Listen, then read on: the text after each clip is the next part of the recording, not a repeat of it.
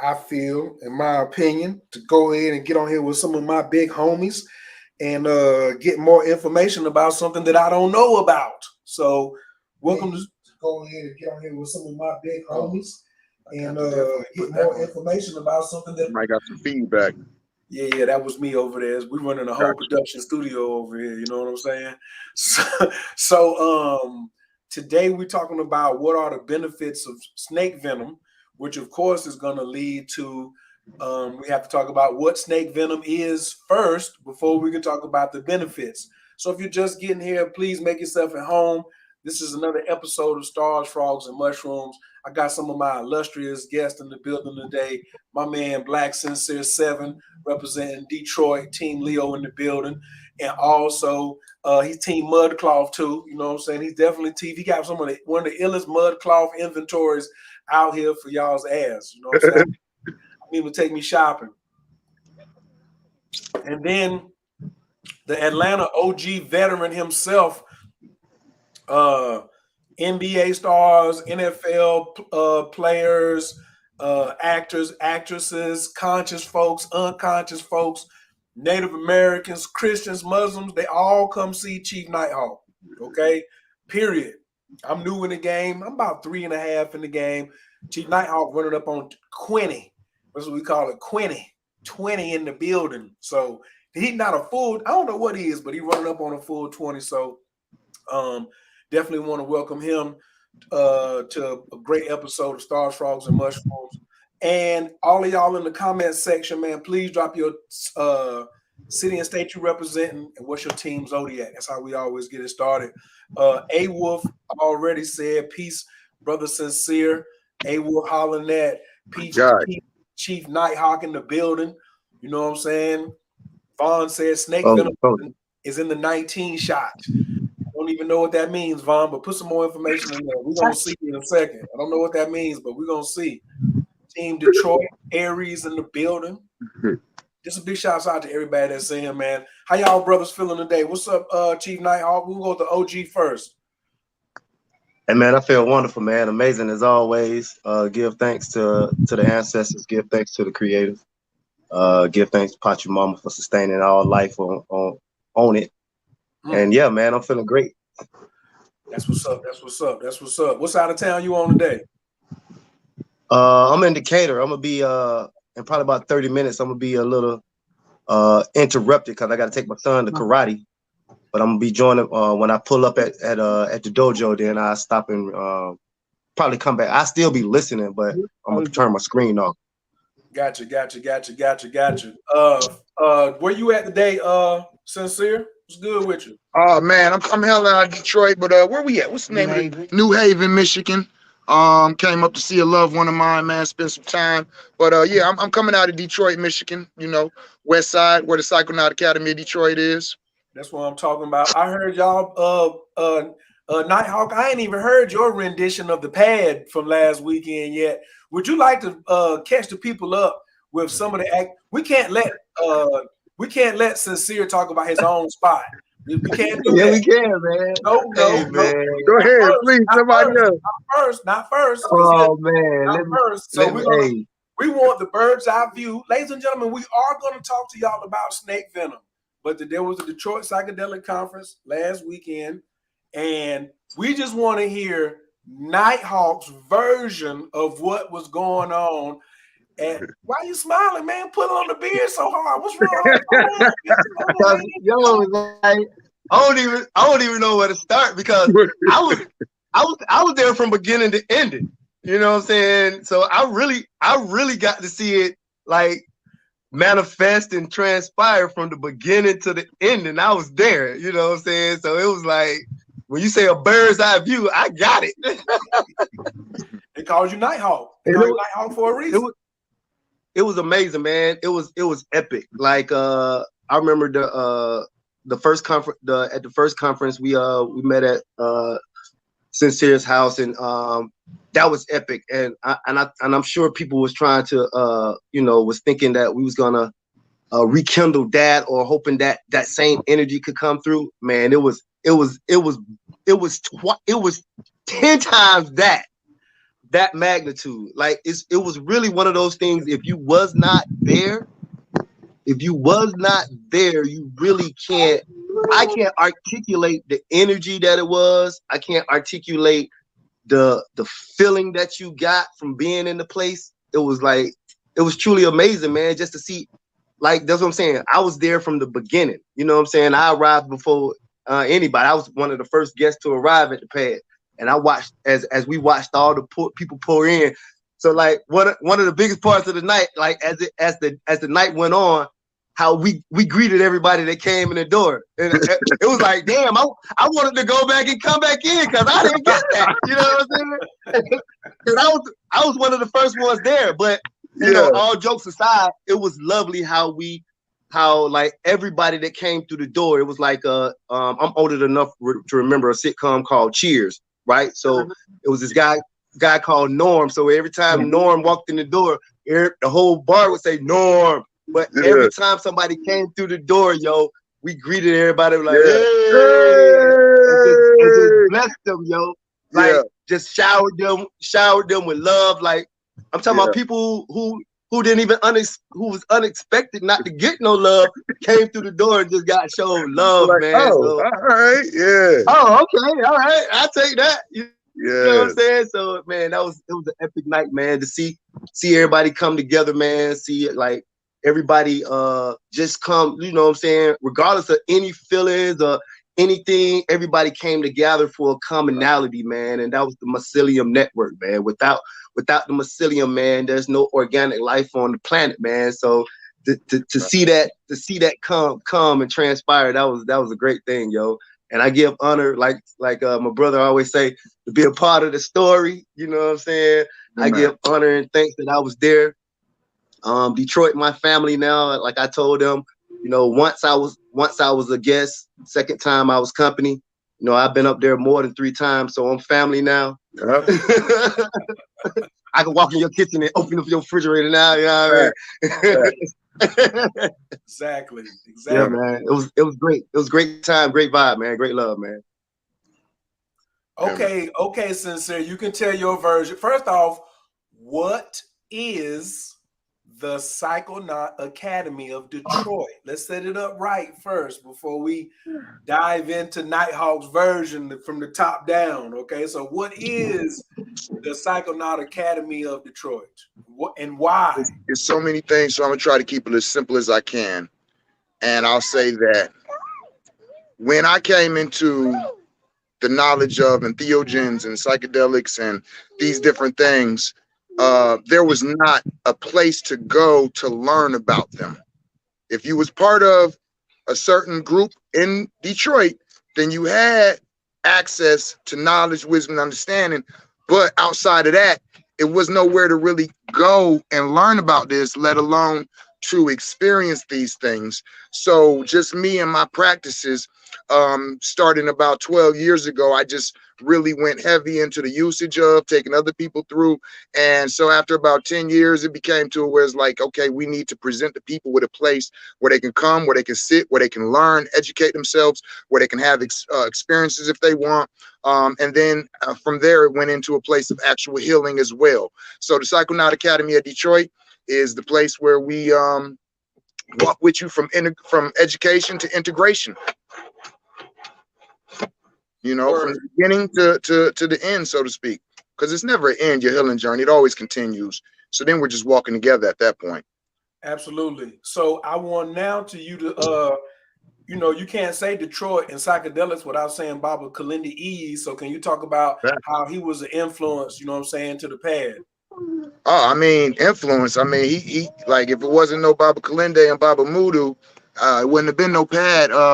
Baba Kalinde, as a lot of people know, he was our Terrence McKenna on high gram dosages, on really utilizing these mushrooms and going in deeper than just what some would call recreation, but actually diving in deep and learning to utilize them for knowledge, wisdom, traveling, all of these things. So my walk started out as a 5%er in Detroit.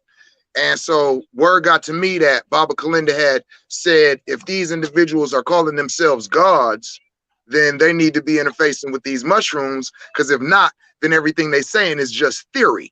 He did not say that. He did not say that.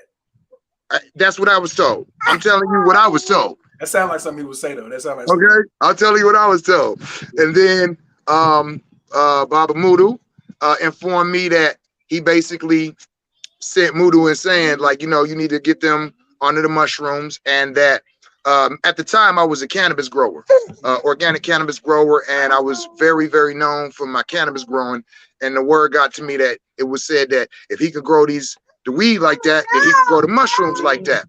So I was introduced, and basically after a good friend of mine had went through, I understood that this individual was not really the type to play with anything. So when they told me that they had went through it, I took it serious then, and I went through my first trip. And after that, I never turned back. From that point, it was, oh my God, what just happened? Because me being a private service military, Chief Nighthawk, Semper Fi, he was Marines, I was Army. So my post-traumatic stress disorder, my first 7-gram mushroom trip erased it.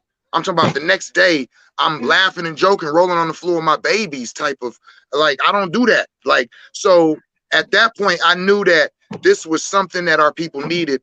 And I started my journey then, and have just been going pretty hard with the mushrooms. And then those took me into other entheogens, and that took me into the animal medicines. And that brings me up until now. So Nighthawk, I can't even let you get into your Kalindi story. That's later. We just want to know, how did you, with your sacred earth medicine background, run up on this snake venom? Through Sincere. You was minding your business. Tell me about. I was minding my business, and then what happened? Yeah, I was minding my business and got a phone call from a brother that's on the cast right now, and asked me, "Hey, got such coming to town. You know, you want to be a part? You want to learn this medicine?" I'm like, hell yeah! As a medicine man, I'm trying to learn all the medicines and incorporate them as much as I can. You know what I'm saying? That's my job to do such.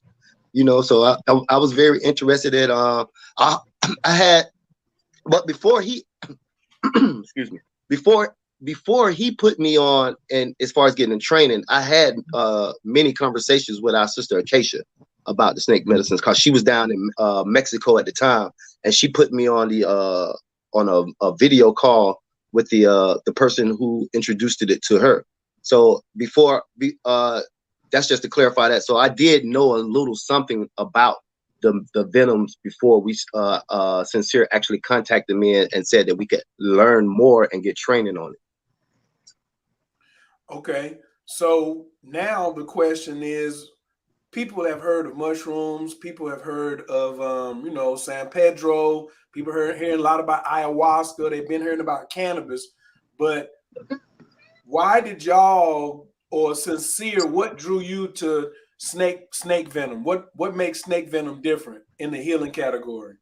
So for me, like I just pointed out, a lot of the healing that I was doing started in the consciousness, healing traumas, but what I came to realize is that people have these traumas and these things. A lot of time they have materialized into physical illnesses.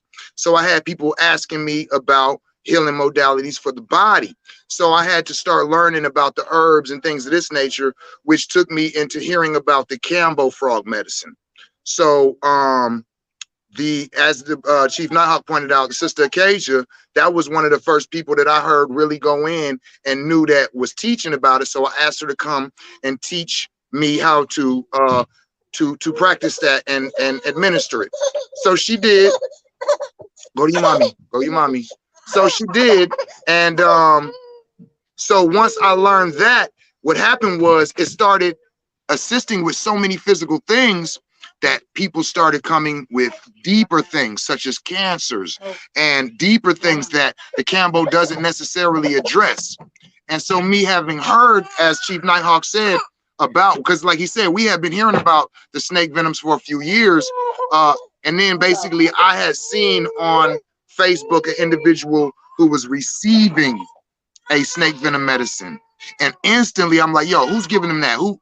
Because I knew it was in Mexico, but in America, and I hadn't had the opportunity to get to Mexico. When I seen it was in America, I just instantly hit the person who was administrating and was like, hey, can you teach me? Can you, I'm one of those, like, I don't mind being a student. So I seek out this teacher and I sit up under him. So as the brother said, when they told me they would agree to it, I called that brother up and a couple other people like, hey, y'all, we got it. We got it. Because I know the people who are in the community who really about this healing. And so, you know, I hit the brothers up that I knew and the sisters, and I invited them and said, hey, we about to get trained. And that's how we all got started. So it was really one just more person too. for being able to One deal with more. more. Oh yeah. One more sorry. person who I also had a conversation with before Sincere was Brother Dooley. A lot of people know Brother Dooley. He was also down in Mexico. I had he called me up and he was talking about how much benefits he had got from going through his procedure and everything. So them two, because they was down in Mexico, they had the access to it. Like Sincere said, we always gonna reach out to the people we know that may be interested in certain medicine. So them two, they both reached out to me once they got into it, and then once it was here accessible in the United States, Brother Sincere reached out to me, and here we are. One thing I know about all three of us is we don't talk about nothing that we ain't tried. You know what I'm saying? I don't know about flying no plane because I ain't done it. So yeah, I ain't no pilot. I ain't no. I am a pilot. I flew a plane. But I don't fly commercial planes, but I fly a plane. I've actually flew an actual plane once, but I'm not a pilot. But I have flew a plane. Yeah, I've never flew a plane before. So before we get to the part about the medicine man part and the experiences that you have had serving this sacred earth medicine, what did you feel when it first came about? When it first, you first got it, because a lot of people are like, snake venom, so you already messed with toad and mushrooms and ayahuasca, so I know it must gonna be like, oh, it's gonna be crazy. So what was your feeling, you know what I'm saying, when you first got your first gates? My first gates were when I worked with the monocle cobra. My experience was it was very subtle. The snakes work very subtly. Well, I'm just gonna say for me. I'm not gonna say for everybody, but in my first experience, it was a very subtle. I didn't really feel any of the effects to the second day of application, where I start to get a lot of detoxification in the lungs. It kind of made my body ache like I had been in a car wreck or something, because it was detoxifying the body. You know what I'm saying, at a cellular level. So I did kind of have aches and pains. And then the third day, I also experienced more purification or detoxifying of the body, where I was expelling a lot of mucus out of the body. So I think it was working on the aspect of regeneration my very first time, of just regenerating everything and recalibrating everything in the body. So it was kind of detoxifying for me, my first go round, and that's with the monocle cobra. Is that what I had first, monocle cobra? Did I have king cobra? Monocle cobra. Most people start off with monocle cobra because it doesn't have any. It poses the least contradictions out of all the other venoms that we use. So most people start off with that. I suggest a lot of people start off with that because of the benefits that it does have. What are some of the other venoms that y'all have in y'all's toolbox? I know y'all got rattlesnake, right? Rattlesnake, bushmaster, fertilance, water moccasin, copperhead, gabon, king cobra. There's a couple of opinions out here about snake venom that people may have confused. So somebody in the chat said Botox is snake venom. True or false, brothers? I ain't gonna say it's snake venom. I'm sure, and don't quote me on this, but because they have invented medications from snake venoms, they probably have invented some Botox from snake venom. It's probably not snake venom, like a synthetic version of it, but I ain't gonna say yes, it is. So I've done a little bit of research on this, so I'll say no, it's not. And I do understand what they're trying to say. There is a snake that is used in cosmetics. We do have it here. The person that I get my snake venoms from and everything, we have access to it. I forget the name of it. It's something type of pit viper, Maceo or something like that. And the venom from this particular snake, it does have your face to basically not puff up, but basically like works as a Botox. So I get what they're saying, but it's not the same thing as Botox.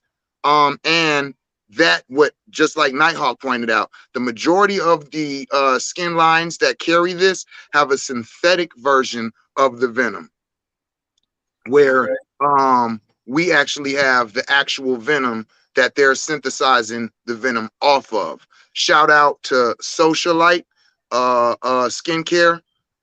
They are one of the ones who have the actual skincare product with the actual venom in it coming soon. Yeah. Gotcha. So somebody else said, someone else said snake venom is in the COVID-19 shot. True or false? I cannot confirm nor deny, but on that one, I will say that I would not be surprised. So, but all snake venom is also not the same. No, not at all.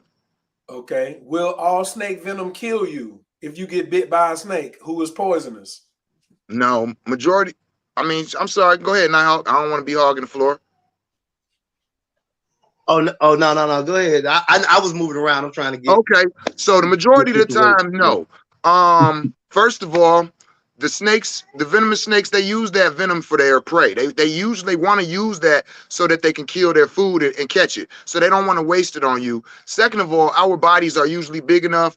If you get to the hospital and within enough time, they got the type of stuff that'll take care of you. Some people get bit by venomous snakes. Even if you don't go to the hospital, there are still high chances of survival. I think it's like 20% of people who get a snake bite actually die. So it depends on what kind of snake you're dealing with, where you at, and what you do after getting bit. But actually, you're more likely to survive than die. That's a good answer. He said it depends on what you do. First thing is you better have your breathing right. That's the first thing. You do not start breathing fast, because the faster you breathe, the faster your heart pumps, which is going to make the venom go through your blood faster. Don't have somebody suck it out. That's some bullshit. There's a lot of things that's thought. Like, oh, if somebody suck it out, you got no. Now y'all, well, they'll be all right because the toxin ain't gonna poison you. But that's not the idea, because it's not gonna work. It's not gonna help. So you can't suck it out. Nah, ain't nobody finna suck that venom out. Nah, that's like me injecting you with a needle and something in you, and then somebody say I'll suck it out. How? Your skin is a self-healing injection port. When the teeth came out, your skin said, and the only way it's gonna open up is if that venom starts to eat at it and decross it. It's gonna start to open it back up. But now you don't want that open. It's gonna be all bad. So it ain't gonna be like you can suck out venom, you know. So yeah, no, that's a urban legend. So with all this stuff about taking the venom out, here you guys are administering this as a medicine. Nighthawk, can you talk about the application? I know you got to go in a few minutes, so can you just talk about the application of the venom, the proper, because that's what we represent as the proper way to do things right here, man. Well, the application starts off by applying gates. It's the same way we apply gates in Campbell frog medicine, which requires burning of the first layer of skin and wiping that layer of skin off. And then the medicine is used with is used to be applied with a hypodermic needle. The needle isn't being stuck inside of you. That's just to measure since you probably know the better wording of the milliliter. The CCs is what the word I'm looking for. The CC drop has to be a certain amount of CCs per drop. So that's what we're using for. So it's a hypodermic needle is used to measure that drop of medicine that is placed on that open gate. If you don't mind me to add on to that real quick, Nighthawk, you are correct. However, there's another reason why a hypodermic needle is used and why we do not apply the venoms through droppers. I heard this discussion come up. No offense to how people do things. However, I don't use a dropper because when you squeeze from a dropper, when you let it go, it's sucking air back in. the air can be Correct. contaminated. You can contaminate your venoms. So every time you squeeze that out of a dropper, you have the potential of pulling some type of contaminant back in. So the needles are also used so that our venoms can stay Clean. sterile. Thank you. So the needle goes Sterile. in, you suck out the venom, pull the needle out. Okay. Right. So that's also that. Yes.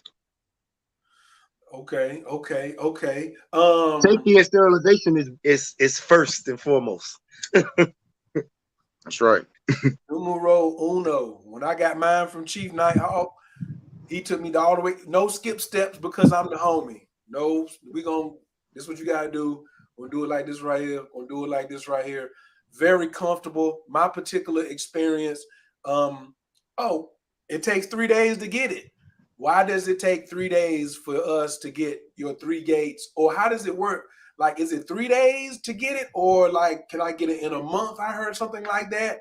What is the procedure for like the dosage amount that people take? And can somebody just cop some of this off the street? Be like, let me just get some snake venom. I'm gonna take it myself like weed. That's a better question. Yeah. Go ahead, Sincere. I'm gonna run. I'm gonna click off for a minute. Go ahead.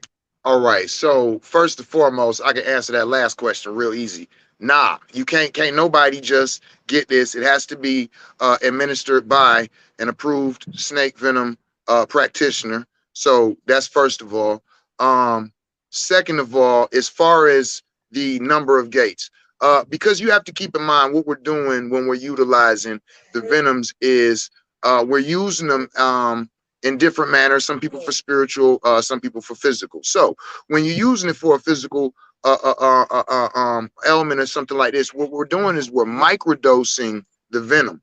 Okay, so you're microdosing the venom over a 3-day process. So the first day we're giving you enough venom so that these toxins can go in and do whatever it is that they might need to be doing based off of the toxin you pick, based off of what you might be dealing with. So for instance, if I deal with a cancer patient sometimes, right? So when they come for their first one, we'll give them 6 gates of the venom so that that venom can go in and to start to attack those cells.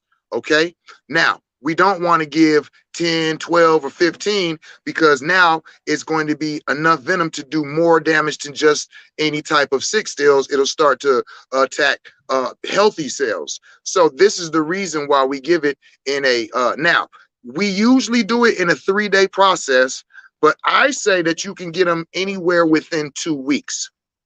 So you can get your first gate 3-4 days later, get your second application 3-4 5 days later, get your third. But I would say try to get them all within the 2 weeks because again, even though we're microdosing it, we're trying to send them in. It's kind of like when you send soldiers in to attack. Boop, boop, boop, boop, boop. That's the first wave. Send in the second wave. Don't let them get don't let them regroup. Send in the third wave.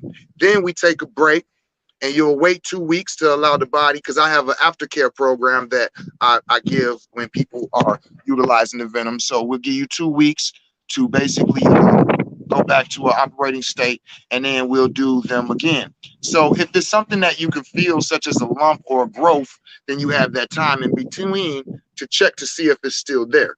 If not, like some of my patients, they go to the hospital and get checkups and different things like that. So that's why the 3 is you can't use a lot because it is a toxin. So we're using it at a rate to where the toxins can work, and then give your body a break, come back, give some more toxins so they can work. You know what I mean? Because also when you got to think the snake, and I'm just gonna go ahead and ride for a minute because it looked like they might have got cut off. So for those of you who are still following, I'm gonna go ahead and keep riding until they get back on. Oh no, I'm here. Oh, you here? Okay, got you. I just had you on the solo screen. That's all. Okay, got you. Okay, so, all right. So should I answer those questions you was asking? Yeah. Well, the first one about can somebody just go over to Reggie? Okay, I answer that. No, you can't get the venoms. You got to be by a certified practitioner. You know what I'm saying? Somebody who had proper training. You know what I'm saying? Has the proper knowledge, knows what they doing. Why, how, when, where, all of these things. So it's not like the mushrooms where, oh, okay, well, I heard about it. I'm gonna go grab some and I'm gonna start, you know what I'm saying, giving them to people too. No, I would definitely advise nobody to allow somebody to give them the venoms that is not approved. Like, you should know where they got it, where they knowledge, where they got trained, how many people. I mean, I always say, your practitioners should not be above being questioned. So, Facts. you know, if you ain't heard about them doing it already, they probably shouldn't be doing it, to be 100. He said what he said. You know what I'm saying? So some One City Mike, what do you think about this statement? He said, oh no, not that one. The difference between poison and medicine is dose. Oh, he's that's a wise statement. That's correct right there. That is exactly what it is. That's right. That's right. One City Mike, you know what he on? You know what he on? And then my people, Nikki said, has it helped cancer patients? yes. So I have 2 or 3 cancer patients that I've been working with. One of them is going to get her report from her oncologist this month. So I will be able to report back. And let me tell you, she has refused, because this is her 4th time with cancer trying to battle with her. Because like I tell my people, you ain't battling cancer. Cancer's trying to battle with you. All right. But anyway, this was her 4th bout. And so she said she's not dealing with any of the Western medicines, that she's only dealing with what I have her dealing with. Now, so I just want to point this out. The last time I gave her venoms and she called me, she said she had to go get a cartilage injection because she's dealing with bone cancer. So she went to her cartilage injection place. And when the lady was getting ready to give her, you know, she had on one of the uniforms they wear in the hospital, and she seen the gates from her snake venom. And she said, what is these dots on your back? And she said, well, these are my tribal medicine marks. She said immediately her doctor went and closed the door and got up close to her and said, are you doing snake venom? And she looked and was like, yeah. How do you know? She said, because I go to Mexico to get mine. Where do you go to get yours? And she told her, the Psychonaut Academy of Detroit. She was like, there's somebody doing it in America. This is her doctor. Her doctor goes to Mexico to get snake venom treatments. So that's that. Now, let me just go ahead and be more direct. Even though might not answer your question, Sharice, if I hope I'm saying that right.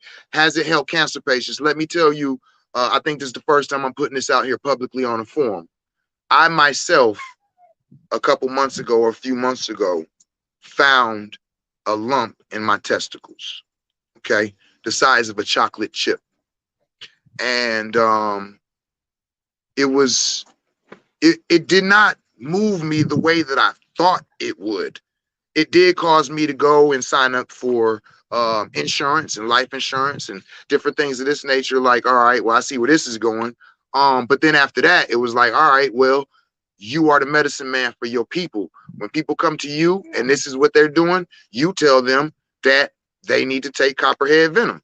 My source for the venoms, I'll just say that they weren't doing what we had agreed on. I wasn't getting them the way that we agreed on. So I went upon myself to go and find a source for the copperhead snake, and got the venom and created the solution needed in the way that it needed to be applied. And I self-prescribed copperhead venom to myself for 3 different treatments. And within 2 to 3 weeks, all signs have been gone. The discomfort that I had in my testicles and groin area is gone. So I cannot confirm that it was cancer because I did not go to the doctor to let them tell me, but it definitely was a lump that was there that is no longer there. So so there's that.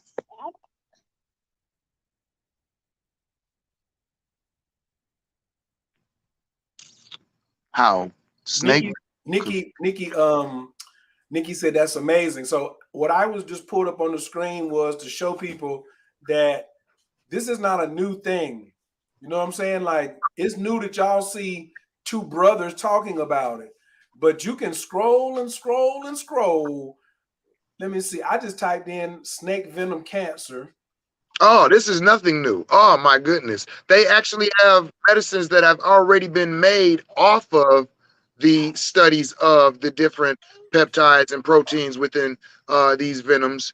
But the thing is, you cannot patent nature. So they can't patent cobra venom. They can't patent copperhead. So what they have to do is they have to extract they have to look at it, study it, and then create a synthetic version of what they extract from it, and then they can patent that and use it. This is why they say it's not FDA approved. FDA is going to approve things that they can get paid for. So just to throw that out there, this is not like, oh, well, I heard this, so let's try this. This is something that's been used for hundreds to thousands of years by different cultures.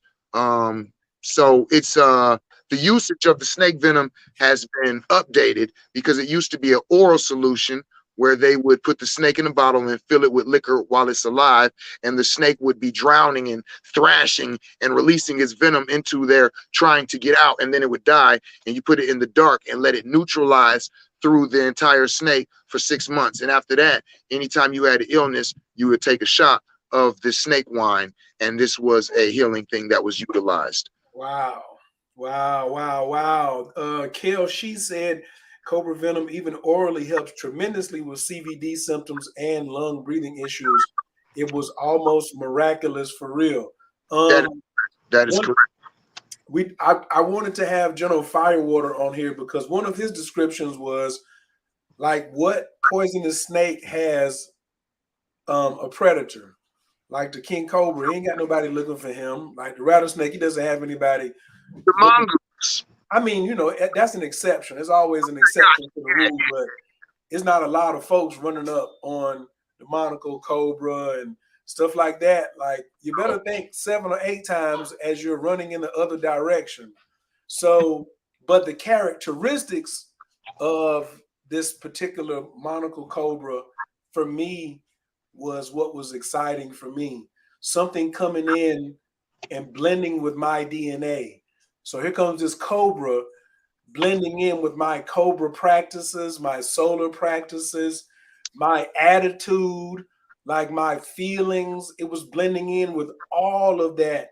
And I got it on my right arm. And when Firewater said it was on a seek and destroy or seek and consume mission, I really wasn't super clear on what he meant until afterwards.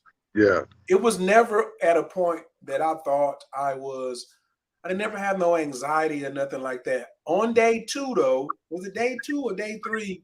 No, my fault. It was the second day after it was the second day after the last dosage. So okay. After I got my last gates, I think the day after that, I felt like some tightness in my chest and around my heart. And Nighthawk was like, just calm down. You're just detoxifying. Like, who told you that you had a healthy ass heart? Who told you that you had a heart that didn't have nothing toxic around it? I was like, I know how like I do eat very healthy, but you can't stop everything. Right. So now I could feel it creeping through my body. Like one day I felt it, like the day I got it on my right side, I felt it on my right side. The next day it was like you could feel like leaving my right side and now going into my right chest, collarbone, but didn't feel any sensations over here. And then over the period of like 3, 4, 5 days, I could feel the joker wipe all the way across my chest. And then it was the heightened senses that really caught me off guard. When I'm already a martial artist, but then boom, something falling and just be like, whoop. Yes. Like, oh, I caught that. It was like, that's interesting. You know, what are we doing? So that was big. Find that, as a magician, you have magic, you got mystical arts, and you got sorcery. This is mystical arts practice. See, when you're dealing with mystical arts, you're dealing with tapping in and tuning into the earth and the things amongst it and becoming one with them. So you become one with the snake become one with you. So everything you saying is correct. Like One thing that I got from that, because of me being a hyper person, man, once I started dealing with the snake venoms, I got the ability to sit down and sit still. Just sit still. My family been trying to get me to sit still for years. Now I can sit on the couch and look at the wall for 3 hours straight, contemplating, thinking, everything. And I'm not agitated where I feel like, oh, I need to move. I need to move. Oh, I know that's snake venom. You know, also, one of the reasons why I prescribe snake venoms is because you are not able to protect your boundaries. Women who, you know, I told him to stop and he just kept in. So I just was like, and I ain't know what else to do. So I was like, oh, you need snake venom. Stop. And he's like, oh. I said, stop. What is wrong with you? That's snake venom. That same woman, after taking that venom, that's how she respond. We had people taking the venoms coming back talking about, I cussed my mama out. Listen. Your mama needed cussing out because it was the truth. For not respecting her boundaries. I told you don't feed my children that. That's not what we eat. And every time I go over there, she give it to him. Oh, don't worry about it, girl. That I gave you all your life. Oh, mom.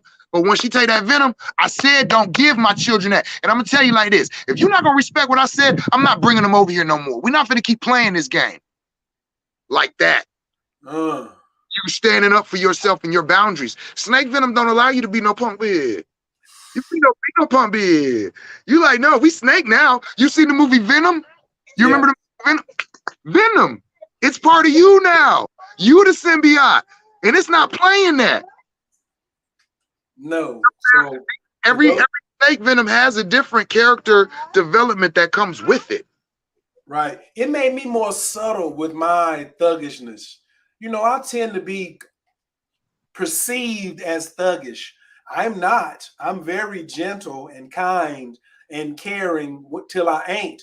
But it made it settle down. You know what I'm saying? Like now, it also let me know like everything is not a red light.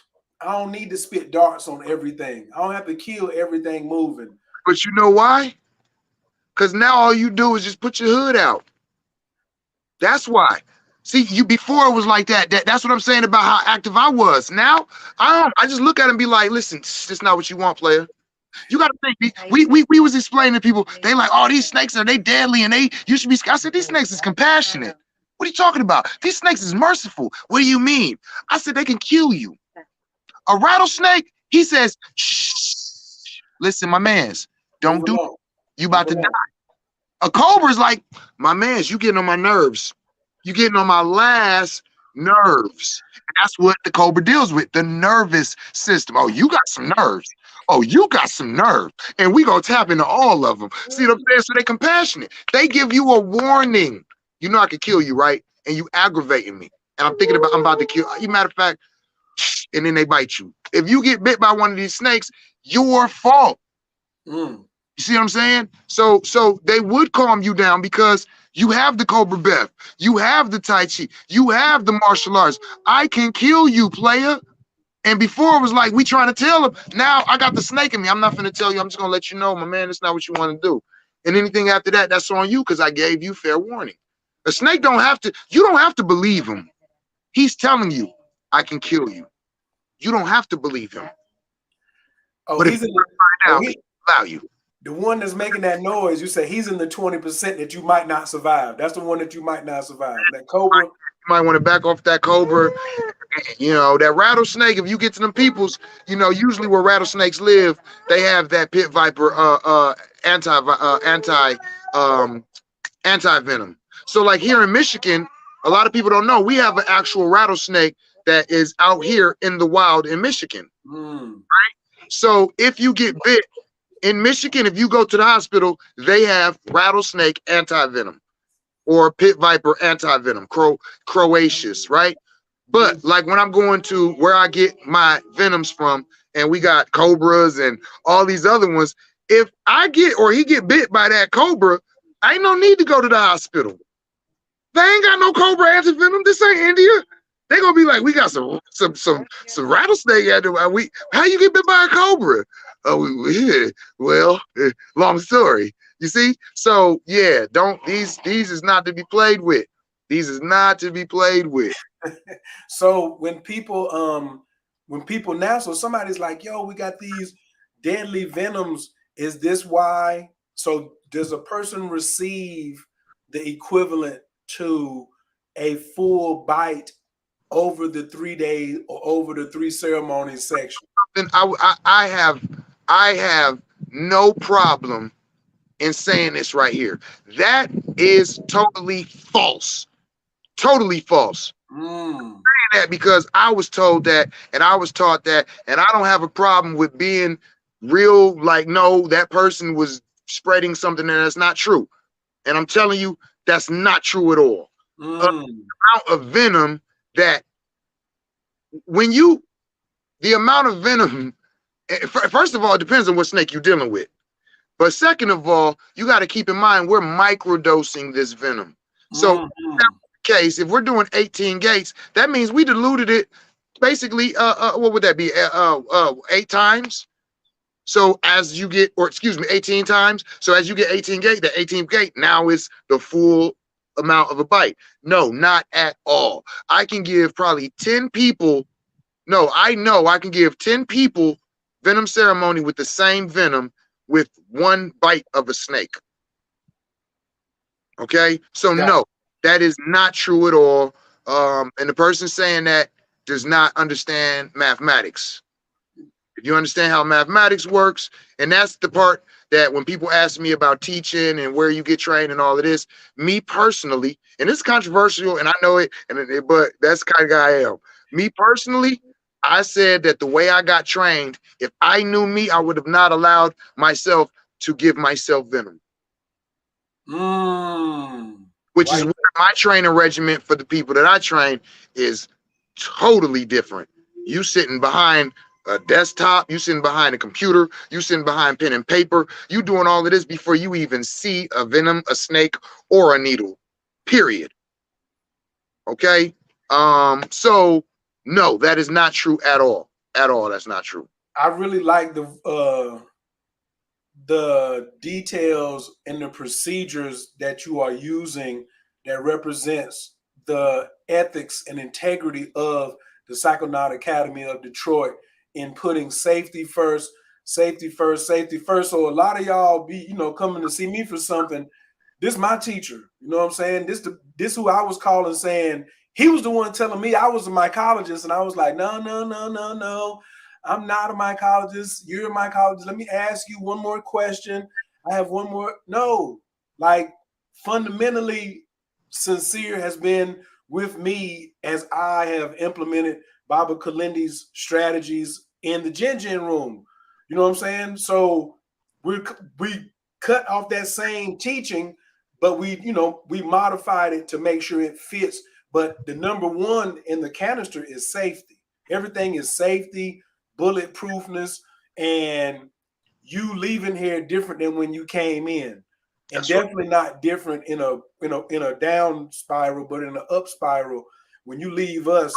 And so I just want to thank you publicly, King, for what you have poured into me, that the people that have come to the Jin room and got bufo or mushrooms or whatever we've done there have all had a safe experience. Because I don't even, nobody's even in the chat room like, has anybody died on you?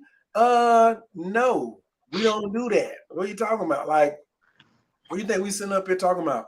So somebody asked a question and said, where is this thing at? Well, I'm gonna get, somebody came in late, Michael Wesley. He says, are we injecting the venom or drinking it? What we're talking about is definitely not injecting, neither. So the answer to this is neither. So we're not injecting the venom to you, and we're not drinking the venom.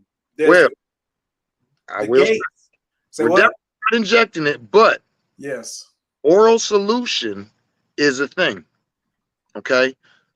If we're dealing with somebody, because I deal more in a clinical practice than a cultural or spiritual practice. Let me point that out. So let me point that out. If you hear me say certain things, other practitioners, they practice in their fields. I am more of a clinical practitioner when it comes to the venoms, right?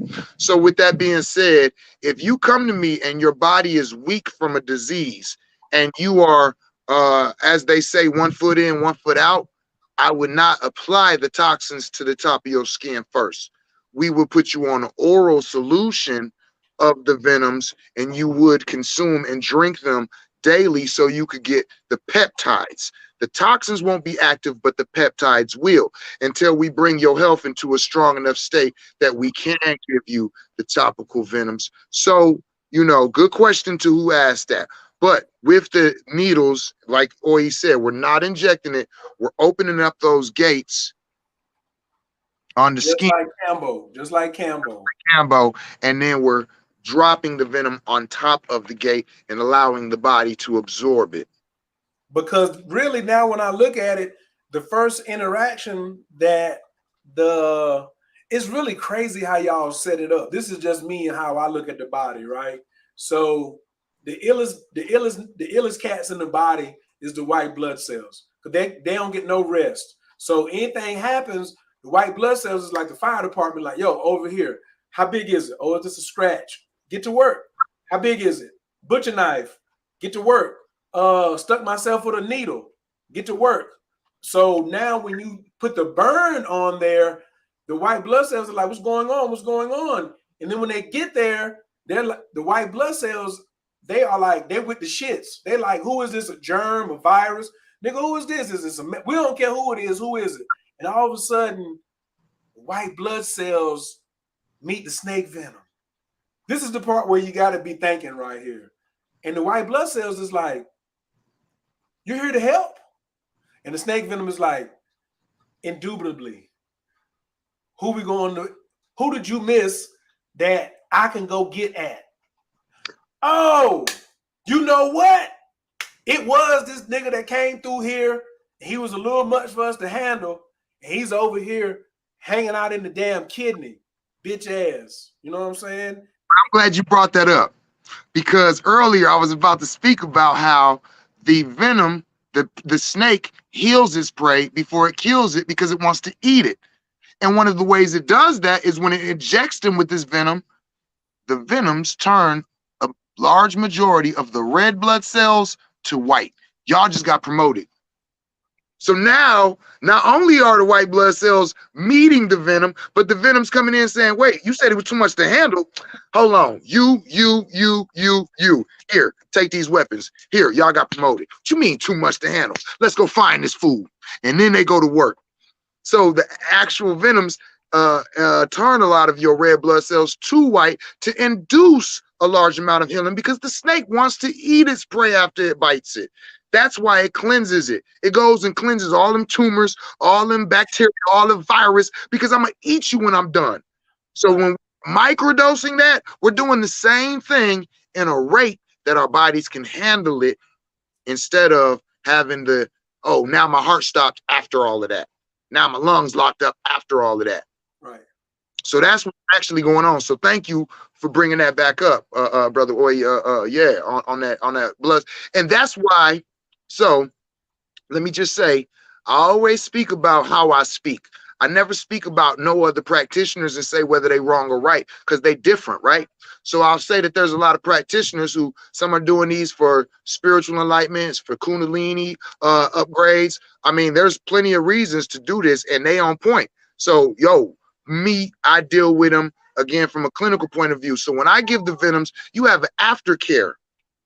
So post-integration. Yeah, post-integration, right.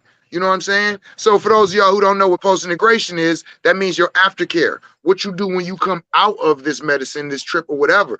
And so for the snake venom, it's things like, if you took the monocle cobra, right? Okay, well, that is the neurotoxins, help with the cleaning of the brain, the spinal cord, as well as the lungs and the heart, right? So after that, now I give you a bottle of chlorophyll. Drink that. Your red blood cells turn to white. You need to replenish the red. So here, put that chlorophyll in your water every day. All right. The neurotoxins have been flushed. Now take this lion's mane for the next 2 weeks.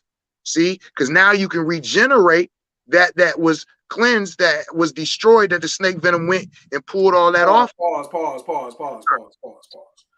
Are you trying to tell me that you is not one of them medicine men that you just meet them on the corner stick it in their arm, take $63.45 and tell them to be about their merry way. That's not your style.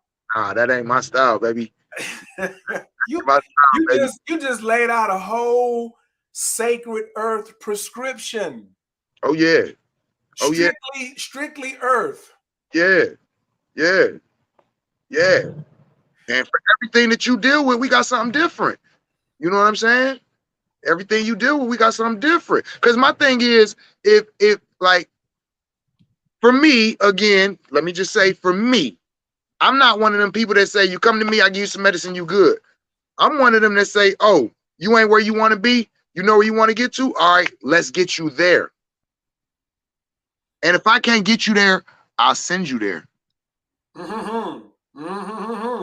Walk you in myself, I'm sending you there. You know what I'm saying? So that means if I don't have the modality to get you right, oh, I know a brother in this place that will get you right on the plane. See what I'm saying? This ain't no, oh, you got to deal with me or you got to, nah, we going to get you to where you need to be. And that's what I mean when I say clinical, like that might not be my specialty. You know what I'm saying? My operation. But you might have to stop here and see me on the way. See? So with that being said, you all can pull out your pens and paper and know that Sincere is in Detroit, but he will be in Atlanta and serving Snake Venom in the Gin room September the 13th, that whole week. So like Tuesday to Friday, something like that. Tuesday, Wednesday, Thursday, Friday, something like that. So he's going to be in Atlanta. If you're interested, then you go to workwithoye.com. Just go over to the website real quick. Go to workwithoye.com, and there's a chat box on there, and you just send me something in the chat that says Snake Venom Atlanta.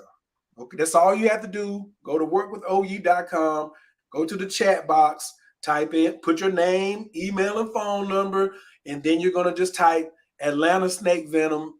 You're in from there. If this is something that you're interested in, because what we're thinking about doing is doing a lecture similar to this on that maybe that Monday, right? And then now you really got all your questions, because like some of y'all right now, I've already seen some of it. It's like, oh, I want some. Well, we're not in your town or your area right now, but now you know that you got 2 weeks to get to the A, or if you're already in the A, you'll be ready, okay?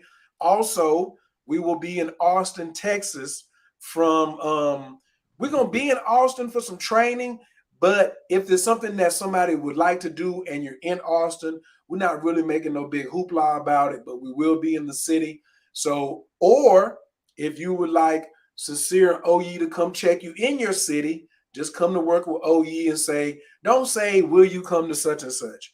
We'll go someplace if it's 5 or 10 people that want us to be there. But no, we will not come to see you personally unless you got Rick Ross bread or Jay-Z, something like that, where it is just so exclusive. You know what I'm saying? But other than that, we would prefer to do come and make sure we can serve as many people as possible while we're there, right? You cannot get all of the gates in one day. No. So let's just I'm in a rush. Here's something that the Cobra ate up in me. FOMO. Let me talk for a second. Let me give them something right here for a second. A lot of times you all don't even know you're rushing because you have so many things on your agenda. People who rush are control freaks because they're rushing around at the plates that they have spinning. They're trying to get their plates to stay up. So they're rushing and they make other people feel like they got anxiety. You moving around too fast while I'm trying to smoke a blunt. Sit down somewhere. Right. That's FOMO, fear of missing out. You think you're going to miss something. My Cobra came in and said, I said, how did you know that? Come here, anxiety. He didn't have to leave nothing behind but what it was. You know what I'm saying? Like when anxiety was removed, I was cool, calm, and collective. There wasn't no need for me to rush. Rush for what? That's You right. see what I'm saying? And so a lot of because I'm the leader of Control Freaks Anonymous. I'm the founder, former president. I'm the chairman. I'm head of technology. I built the whole building. I got the stained glass over the door. Control Freaks Anonymous, bro. That's me. We're recovering control freaks, all of us. All of us. And so that snake came in there and was like, bonko, bonko, bonko, bonko, bonko. So we know that by the people that come to see us for the other entheogens that we have, that a whole lot of y'all is doing too much. Whole lot of y'all is doing way, way, way too much. All right. So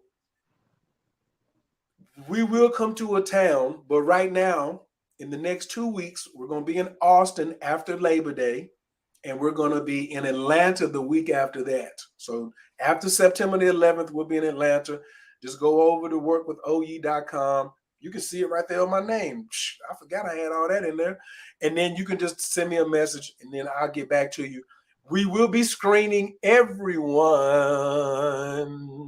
because even though Snake Venom is not illegal, we still want to know who you are and whether you're even spiritually mature enough to come over here and get into something like this.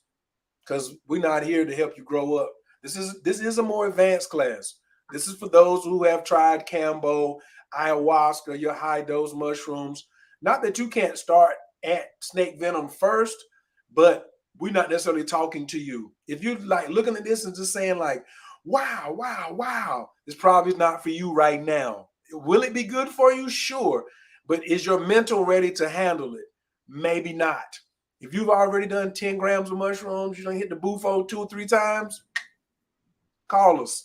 We're talking directly. We're definitely talking to you. You know what I'm saying? If some of you are like, well, is it going to leave me drunk like alcohol or when I was on the Henny or some cocaine? Or the answer is no. Okay, you going to Chief Nighthawk told me just to lay there for 30 minutes and I'll be free to do whatever after that. You know Yeah, what I'm you saying? potato state usually. I really wanted to chill the rest of the day. I really didn't. I felt rather snakish and I wanted to go crawl over there in the corner by myself. I really didn't want to F with nobody the rest of that day. I didn't even want to be on the phone. No, nothing, man. I felt comfortable too, like being by myself. I was just like, and let's just cancel all that. Like, so not that I couldn't have done it. That was I part. didn't want to do it. You got to think they'll sit up under a rock for 8 hours and wait for a mouse to walk by. They not tripping. Some of them will sit under that rock for a week and won't move until a snake or a mouse walk by. That's what some of them will do. So that's that ability. That's that ability. Right. Yeah. Somebody always talking about when are you coming to Oakland? When you got 5 or more people. That's all you got to do. There's nothing. We'll now Oakland. I will be at the Oakland Psychedelic Conference in September. I think it's the last week in September. So it's a possibility, Sincere, we might have to pull up over there for that there. This is my year of traveling. That's that's kind of how I put that out already. Like I like Fernando, if you could connect with me through my website and hit me on Work with OE, we can definitely talk about doing something in Oakland at the end of September. So here we are. Y'all seeing it move organically like a snake. We're gonna be in Austin next week. We're gonna be in I'm basically the only thing I'm on is Facebook, Sincere 7 or the Psychonaut Academy of Detroit. So if you want Sincere's information, he's not hard to find on Facebook. That's where he's at most of the time. And if you're not on Facebook, then holler at me. After I pat you down and screen you, then we'll see if you get through me to go talk to him, because you can ask him. Everybody that talk to me don't talk to him. This is y'all's talk to him right here. You know what I'm saying? So if I call him on 3-way and got somebody on the line, it's somebody. It's not just some dang. Let me just call. I protect the plug. I don't know about y'all, but I found them on my own. You have to find it on your own. Somebody said, "Yes, right. Can't rush the process. Progress life is giving us to do." You know what I'm saying? You'll notice some kind of work that you need to do. Like if it's letting you know that you need to sit down and just chill out, like that's super, super, super. You know, listening to your body is what the snake also increases. That's one thing we're going to go over at the condor approach, guiding people back into your body. You got a problem is up here. The answer's down here. You don't have to look far. We've been looking out this way. Why don't you just go down and go in this way? You know what I'm saying? So, Michael Wesley, it's okay that you was late and you got lots of questions. It's all good. We'll take care of that. We did have some other questions. Sincere, somebody says, also, do the different venoms of different snake species have different effects? Yes, most definitely. Yes. Some of them are libido boosting. Some of them help you Hold to. it, hold it, hold it. Who's that? Who's that? Who's What? that? What? Make sure you bring that one to Atlanta. Ah, Put that one in your bag. Put oh, that one in your bag when you get off this here. Let me just go ahead and just be like, booka. Matter of fact, you can put that right around the pouch right there and be like, booka. some That's of them. what I'm getting. I just found out which one I'm getting. Whoever asked that question, thank you, Michael Wesley. You just helped me find out which one I'm getting. Some of them are good for STDs. Some of them are good for regeneration of the brain. Some of them are good for the actual organs. Some of them are good for skin disorders and diseases. Oh my goodness. Yeah, there's so many usages. So every one of them, each one of them has a different frequency and a different use and a different protein and toxic the chemical cocktail, if you will. And so you just got to get into the knowing of which one has what in it, what they do, what they open up, what they, oh my goodness. And that's why I said that this is some deep teachings. And this is why I'm bringing him forward so you all can see and him and qualify him instead of just going to just Joe Blow on the corner who cannot give you a pre-integration, cannot give you a safe and healthy ceremony, and has no post-integration to offer you. No, no, no, no, no, no, no, no, no. And you know why we on here? Because the charlatans is coming. The charlatans is on the way. They're on the way, man. They're on the way. If you watch Game of Thrones, it's just like the North Wall. We already know, like real medicine people know that we have to protect the North Wall. Point blank, period. Because the shark, but we still not gonna be able to stop the night walkers. But we just have to let y'all know where we are so you all will have access to us. That's Chief Nighthawk, I got you on. I don't know if your camera's trying to come on, but as soon as I see you on the inner screen, I'm gonna bring you on. But your camera's not coming all the way on. Oh well, he's leaving and coming back. Somebody said, glad to see y'all coming to Texas. I want to be a part of this. We're only gonna be in Austin for a couple days, okay? So please contact me before Sunday. All right. Shante, Sincere, can you hear me? You seem like you froze up. No, I do not like when this happens. Sincere, you might have to go out and come back in. Let's hope his battery didn't die. Let me put that back over there for now until I get my guest back. How y'all feeling today? Shante, I saw your question. Has he ever administered snake venom to someone who hasn't tried bufo or ayahuasca? I'm here to learn and take notes. Thank you.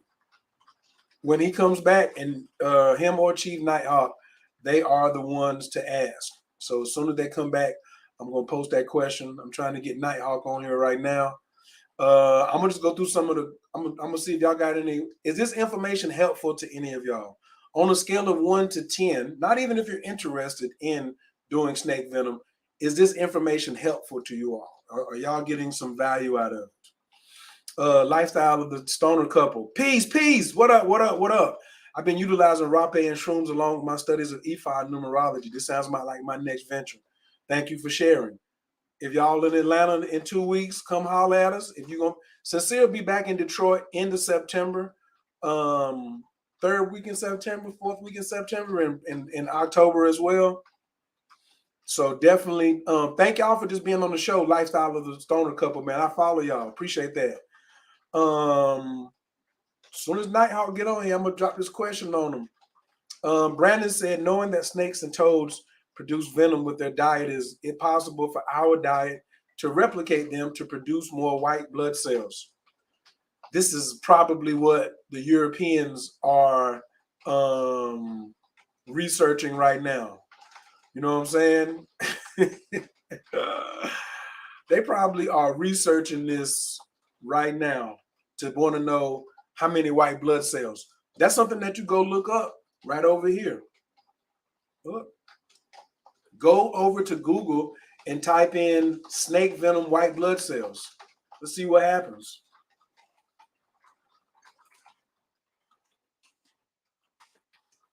Now, I do like it that y'all ask us.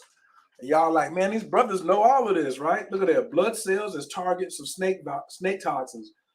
This 2006. Did you see this? Look at that. 2006, yo. Look at that.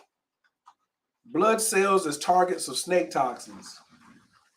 Woo, predictors of the development of post-snake bite. Entheocyte, erythrocyte, something profiling of snake venom. Yeah, y'all gonna have to go over here and look this up yourself. That's not necessarily Stanford snake venom study. So some of this y'all gonna have to go look up on yourself. I'm not necessarily the true expert on that, but that's a great question. My boy Alpha is in the building. Diamond Life. What up, Alpha? Let me do a shout outs around here. I saw that y'all dropped y'all cities and states. So if y'all can put y'all cities and states and your team Zodiac back in, I'd love to give a shout out while I'm waiting on my guests to come back. Okay, we got 10 here. April said a 10. Brandon said the muscle. Ferdinand said this is a 10. She said, of course. You know you're always bringing that heat. Mrs. said it's very helpful. I saw Campbell marks on IG and was curious. Right. Shantae said this is a 10. We over in the UK. What up, Queen Nadine is in the building. Julie says we're doing great. Love seeing this and the leadership in this. Also, the tech magic is next level. We just out here just doing what we're doing, making them spin around. What up? Brandon says it's a 10. Sophia, she says it's very good. Thank you, Libra Lioness. Yes, Chief Nighthawk and Sincere 7 are trying to get back in the building. There we go. Okay, there it is. People just giving us some grades on what they're picking up on a scale of 1 to 10. You know what I'm saying? So Shantae had a question for you, Sincere. She said, and Chief Nighthawk, if I can finally get him back on here, have you ever administered snake venom to someone who hasn't tried bufo ayahuasca? Go out. Okay. Take notes. So I guess you're talking about. So I understood where my brother Oye was coming from. So I'm gonna go ahead and speak on that real quick. My brother's coming from a place where we are what you might call some people who offer guidance into going into some higher realms of things. So you got beginning stages and you got some higher up stages. So the platform for my brother's show is usually those higher stages. That's why he said what he's saying. However, make no mistake about it, you do not even have to utilize entheogens to receive snake venom. So you don't have to have been on mushrooms or bufo. He was speaking to basically the crowd that we generally speak to during these shows. But actually, some of the people that I've had, they're not psychonauts. They're here for the healing. So it depends. If you're going through it for spiritual growth and development, kundalini, rising, chakra activation, all of these types of things, then that's what he's saying is you want to have used the mushrooms, the bufo, all of that first. Now, if you're using this, as like I said, like how I practice it from a clinical point of view, if you have an ailment that you're trying to deal with, if you have something that you're trying to deal with physically, then you can come directly to the venoms. Voila. Excellent answer. Chief Nighthawk, we trying to get you in here, but it ain't working yet. Right. I think we can hear you, but we can't see you. So we're gonna keep popping until he get up in here. We have another question around Cambo.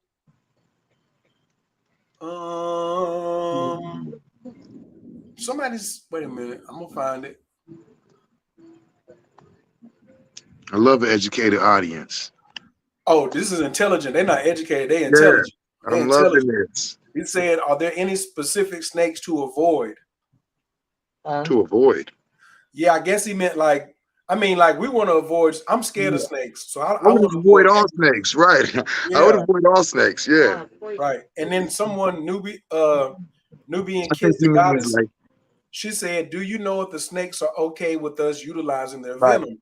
I asked because some animals produce pheromones that will let the other animal of its type come after you. excellent question. Excellent question. I'm glad she asked it because as a snake venom practitioner, matter of fact, let me just back up to Cambo real quick.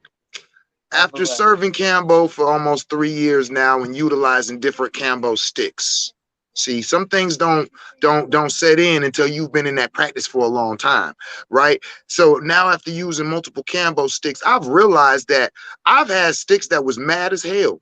The people who was getting the medicine off of them Cambo frogs did not have a relationship with them, and them frogs was mad as hell. And when we used they damn venom, that shit let us know that they was mad as hell. Okay, the medicine I use now is gentle, it's compassionate. Oh, you still feel like you're going through Cambo, but you can tell that those frogs had a relationship with the individuals that was gathering the secretion. So that's the same thing with these snakes. I'm gonna tell you right now, I'm a firm believer, which is why the individual I go through to receive my medicines, and let me just keep moving. The individuals that I go to get the snake venoms and to create my medicines from, they got a relationship with the snakes. I know Mm, this. I've been to their home. mm. This is not a place that has a bunch of snakes and a bunch of boxes and a bunch of drawers, and they go in and pull it out and then make it bite the thing and then put it back in the drawer. No, this place, his bed is right there, and next to it, there's 10 fucking totes, all of them with a different venomous snake. And sometimes he has these snakes in the bed with him in his hands. I had this dude over my house. He's over here playing with his copperhead like it's a python, kissing it. Mwah, mwah, mwah. I love you. Look, this is a straight poisonous snake. It's in his hand. It's crawling all in him. Mwah, he kissing in his head. That's a relationship. He is to snakes how DMX was to dogs, or Caesar Milano. And there we have it. And there we have it. Sourcing. Sourcing. Where The are you venom is very sourcing? important. Where are you sourcing? Is it a relationship? Boy, that was a good ass That's right. question. That was a good ass That's question. right. Yes, it Um, was. Another question that we have is what benefits do they have for acute psychiatric and behavior issues? All right. So before I answer that, I just want to give myself a shout out.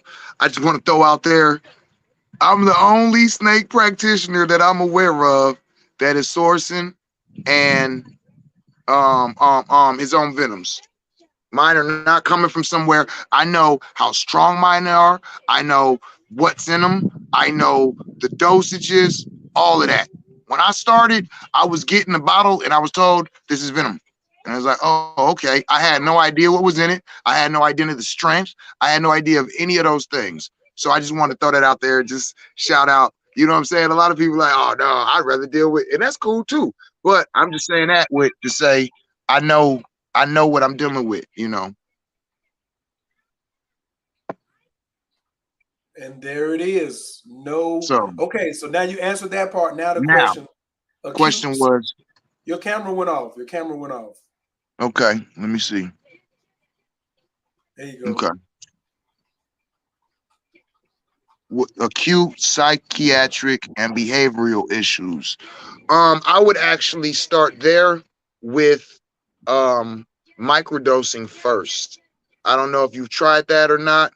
Um, but I would actually try that first and see how that works. But if you have or haven't, if we're just speaking on snake venoms and which venom that I would prescribe for that, if we were going to that for that, I would go with the monoclad cobra first, which deals with the neurotoxins, the brain, and the mind, followed by a regimen of lion's mane, stacks, which are psilocybin, lion's mane, and niacin to help with the regeneration and re-triggering or restructuring of the brain. You're not going to get this type of post-integration or care anywhere else. That's why I'm highlighting my brother today. I'm highlighting brothers, period, because the black man is God, and we gonna act like it. You know what I'm saying? Like, we're not gonna keep going back and forth about us being under attack for whatever. We're gonna talk about what the elite do, and so we are very, very thankful to be here for y'all watching. I'm very thankful for Sincere to be taking the time out with us. You know what I'm saying? And hopefully we can get Nighthawk back out here too. I got some more comments, of course. There was a Campbell question, but I didn't get to it. Somebody, if you could write it over. We got Team Scorpio over in Berlin today. Yes. Yes. Kansas City is in the building. Team Libra's in the building. Team Capricorn is in the building over in Oakland, California. Philly is in the building. You know what I'm saying? Libra rising. Team Virgo, PG County, Maryland is in the building. Team Aquarius in Dallas is up in the building too. Now, this is the other cat who we wanted up on the show, but he said he was just gonna chill. I told him he didn't have to answer every question, but the God up himself is up in the joint. You know what I'm saying? Good to see my brothers representing. Bushmaster Snake is the sexual enhancement. And that's who I got it from. That's the brother who gave me the Bushmaster, Shaman Dooley. Shout out to Big Brother. Yeah, man. Yeah, man. One of the illest in the game doing it. He's one of the illiuses. Hopefully he come over here and grace us for a couple of minutes if you want to slide through, Dooley. If you want to slide through and just drop a little something, you can. Out of all of the practitioners, he the one that actually went out and sat with you know what I mean? With what we might call the godfather of the medicine. You know what I'm saying? He actually went out there and trained with that individual. I'll leave him nameless because I don't think he likes his stuff out there a lot. But you know what I'm saying? So shout out to Brother Dooley. He is one of the most prepared out here. You know what I'm saying? The brother got a long list of venoms. He got a long list of knowledge. Yo, shout out to Dooley. Yep. Big shouts out to team. I guess that's Team Scorpio, maybe a Snake in New York. Team Aquarius, PG County. Shantae Young said, thank you for the answer. Team Aquarius, Team Scorpio, and the ATL, the Stoner couple. You know, they got a huge following. It's always great to see y'all up in here. Look at that Marcus over there sweating your neck piece. See over there sweating. You're talking about that's a nice piece you got there. Oh man, one of my brothers gave this piece to me, man. Actually, brother, open a vessel. That might be him, actually. Because it says that must be him. Shout out to Open the Vessel. You know what I'm saying? Appreciate it. Psychedelic Conference 2020. He blessed me. Oh yeah, I've been rocking it, baby. We're gonna put these next two questions in the same joint. Does Snake Venom help PTSD? And what about drug addiction or depression or other mental illnesses? So you can just drop both. You can answer both of these together. PTSD, I would go to mushrooms or ayahuasca, to be honest. I would not prescribe snake venom to assist with PTSD. It took a lot to put us in that mindset of having it. It takes a lot to take us out.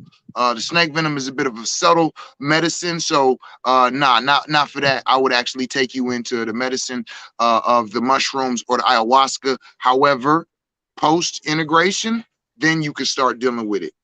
See, coming out of PTSD, then you would go into snake venom. That's how I would walk you through. So that was the first one, the PTSD, and the second one was, did it help with what?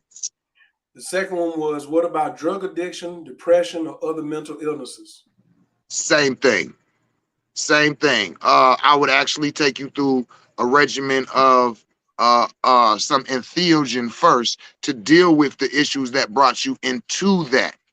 Then after we dealt with that, then I would utilize the snake venom. I would say that would be post, you know what I'm saying? Post integration.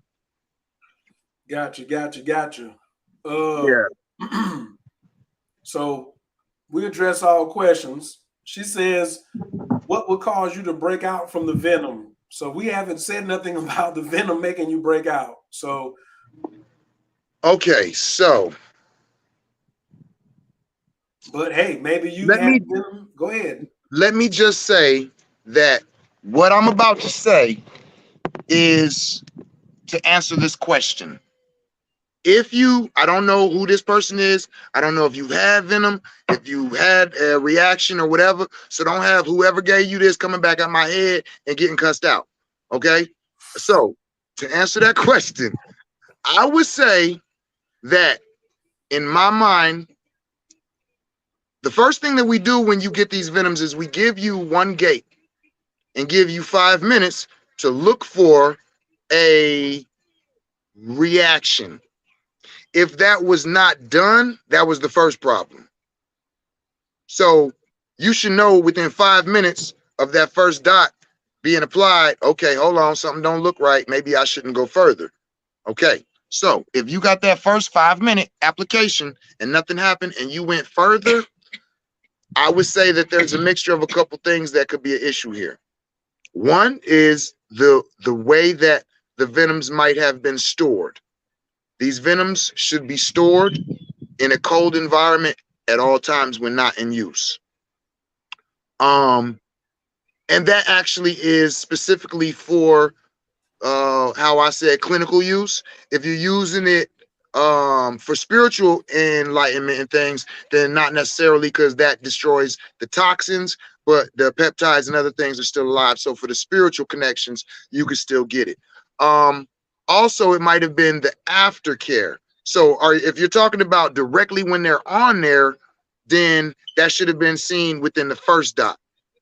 So if it was like afterward, did you put dragon's blood on or not?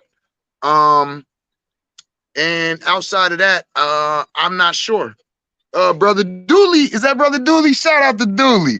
Yo, what's good, brethren? Shit, I'm gonna let him take the floor. I've been running my mouth enough. You feel me? What up, yo? What up, though? What's going on, y'all? Peace to the God. Yeah, peace to the gods. How's everybody, yo? All is well. All is well. Well. It's a black Yiming Zhu gang affair going on correct right at the moment, ladies and gentlemen. Gang, black, black over here right now, y'all. If you want to know what blittily black look like, just screenshot this right here. If you want to know what blittily black look like, in and out, okay? So Dooley, she said, what would cause you to break out from the venom? I'm assuming she's talking about the skin.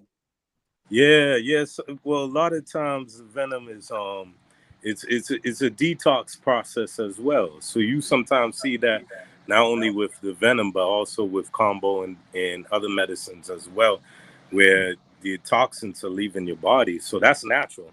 That happens sometimes, especially depending on a person of how much toxins or where they're at health wise. But I've seen that happen to clients I've worked with, but it doesn't last that long. You might a couple of days and then your skin clear up. And especially if you're dealing with certain snake venoms that directly deal with the skin, skin issues. So like water moccasin, for instance, or Fertilance, for instance. Those are two particular snake venoms that are directly dealing with your skin. If a person's dealing with psoriasis or eczema or anything like that, yeah. But no worries. Snake venom is like one of the most safest medicines like that you could work with out of all these different medicines that Chief Nighthawk deal with, that Sincere, all of us in this whole thing that we're dealing with. It's one of the most easiest loving type of medicines you ever deal with. Dooley, can you talk about that too? Because you just came in, but in setting up ceremony, can you talk about how you place safety at the very top of your list when administering these ceremonies? Well, I think it's important to have some type of checklist of knowing what a person is going through on a health-wise level. So, doing an interview prior before even sitting down with a person, you even see that even in ayahuasca ceremonies or bufo or certain things like that, where a person is mentally, you know what I mean? Are they on antidepressants, certain things of that nature? Because you want to just make sure where a person is safe. Like, say, for instance, certain snake venoms are coagulant, anticoagulant, So you want to see if a person has high blood pressure, low blood pressure, different things like that, because it definitely affects the blood. So it's important to get like a check in to see where a person is health wise, because if somebody's taking blood thinners and stuff, and then you have a snake venom that's affecting their blood, that could Yeah. be a no-no, you know. Right. So I got another question. So Dooley, Sincere's gonna be in Atlanta. You know, last time you was down here in Atlanta giving out snake venom, we ran you ragged. So now we finna do Sincere. You know what I'm Right. saying? He's gonna be down here. So Atlanta is beautiful, man. I love the people out there, man. Good peoples, man. So You one of know? the reasons I was wanting to ask, well, both of y'all, this question is for both of y'all, but Dooley, you just got here. So let's say somebody got let me start over. Well, this is a setup question. So let's say somebody got some snake venom from you last time, and they came one day, got 6 gates, came second day, got 6 gates, came third day, got 6 gates. How much snake venom can a person take at one time? Why can't they get all 18 in one day? Oh no, man. That would be fucked up, man. You don't want to do that. Yeah, you know what I mean? End up in the box, man, 6 feet under, you know what I mean? That's why it's important to, deal with people that know what they're doing, man, because it is still venom, man. We're dealing with something that's lethal here if you don't know what you're doing. So you gotta build up your immunity, man. That's why you take so many gates one day, and wait 24 hours before you get your next one. I've told that you could get up to 21 gates. Around 21 gates is a safe place to be. Anything above that is a no-no. So is that in a 30-day period? Well, yeah, 30-day period, so you could stretch it out, right? You could do it day after day, or you can, if a person want to stretch it out, they could do that too. I think sometimes it's good to stretch it out sometimes if you can, because it allows a person to kind of like feel what's going on with them, because even though I just jumped on, I'm probably assuming Sincere or Chief Nighthawk talked about the subtlety of this medicine. It's very, very subtle. So it's not like the other medicines where you're gonna feel like combo. You're gonna automatically feel it as soon as you put it on your skin. Your body's gonna heat up. You're gonna start feeling nausea. Your heart rate is gonna start beating fast. Those are classic things that you will feel with Campbell or frog medicine. Snake venom, on the other hand, like Sincere said, the snake is so subtle. It could sit back and wait for its prey for weeks or whatever. So it has a lot of patience. So you have to be a person that's very in tune with yourself to be able to really feel the benefits of it. That's why some people like to microdose for mushrooms or other medicines while they're on the snake venom, so you can get more in tune with the spirit of the medicine. That's one reason why people really microdose while they're on the snake venom, and it's a dope experience when you do that too. Yes. So I wanted to add on though, just real quick, how Hank just pointed out. One thing that is in our practice though is like, would you say you got first OE, you got King Monocle Cobra, right? Yes. So now, if you was to say, hey, 7, I want some Monocle Cobra, I would give you 9 gates every time because you've had it already. And if you want to get it again, we will go up to 12 gates every administration. Okay. So once you build up those antibodies and you've interfaced and now you know that snake, then you can go in deeper with them. And once you went in on a certain amount of snakes, a person like Dooley, he might give you some venom.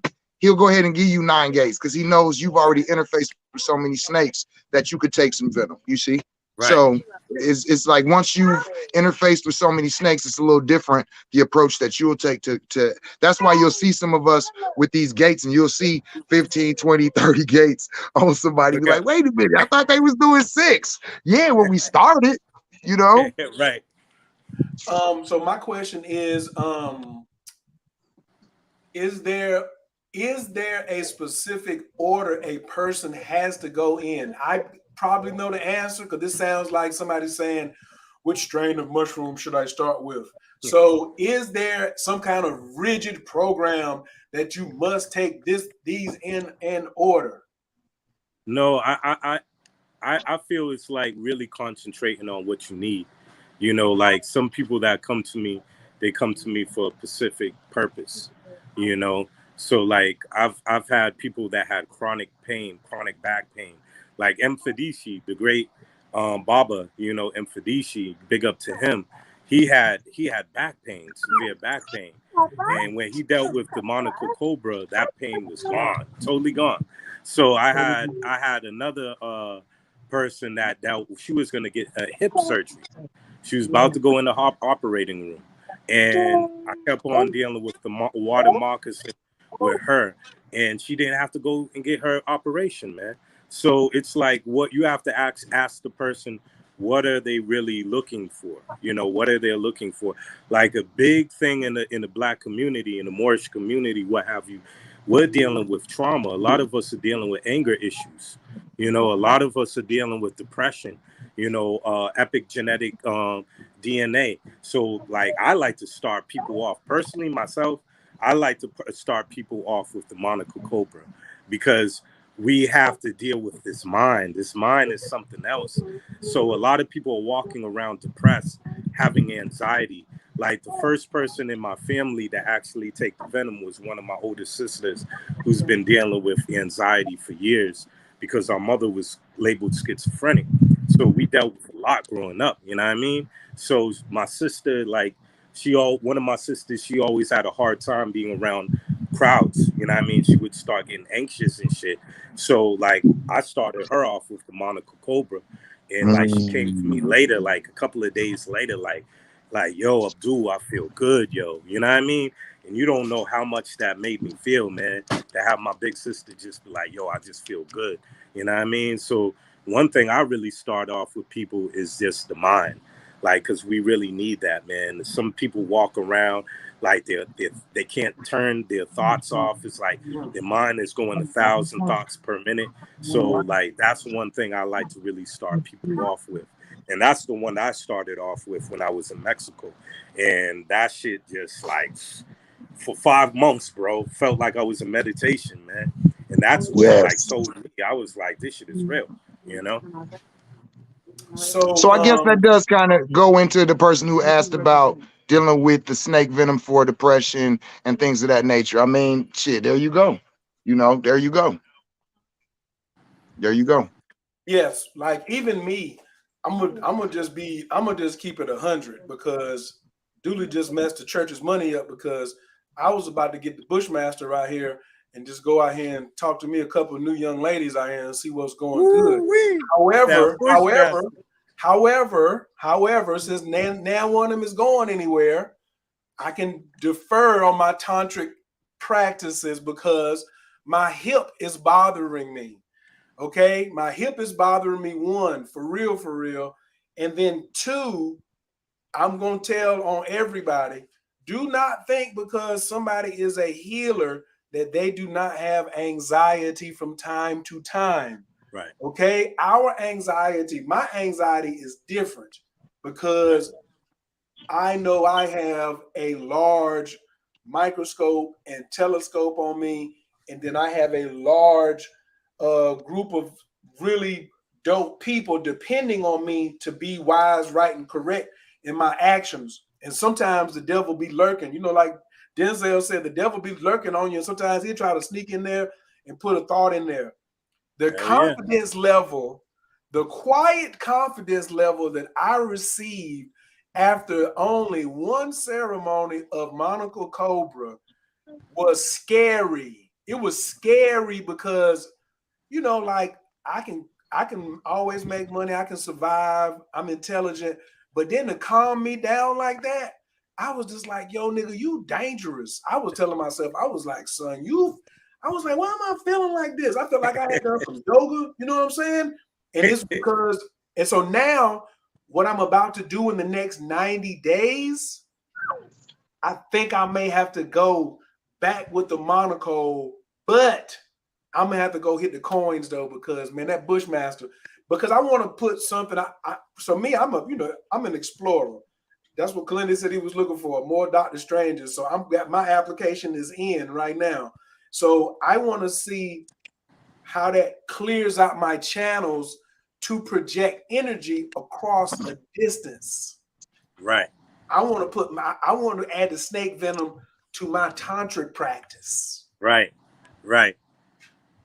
Which one should I do? What do y'all think I should jump on for that tantra practice? Bushmaster, Bushmaster, Bushmaster, Bushmaster. Yo, listen, bro. Oh my God. You know what I mean? Just prepared. You know, you might have another little one popping out somewhere, you know what I mean, with that Bushmaster. I'm gonna tell you, because it's not just a sexual enhancement. If there's like a energy or energetic signature or associated with it, that would be Shango all the way. That would be Shango energy all the way. I mean, it's like I've seen people that I could think of this one dude, right? He would come Wednesdays. I'm in New York, you know what I mean, in Brooklyn. So it's one dude that would come every Wednesday to get the medicine. This dude, he has a very timid nature, just very quiet. You wouldn't even know he's in a room if he don't say nothing. This dude started taking the Bushmaster, bro. Like, people at work started seeing difference in him. He started talking to the boss.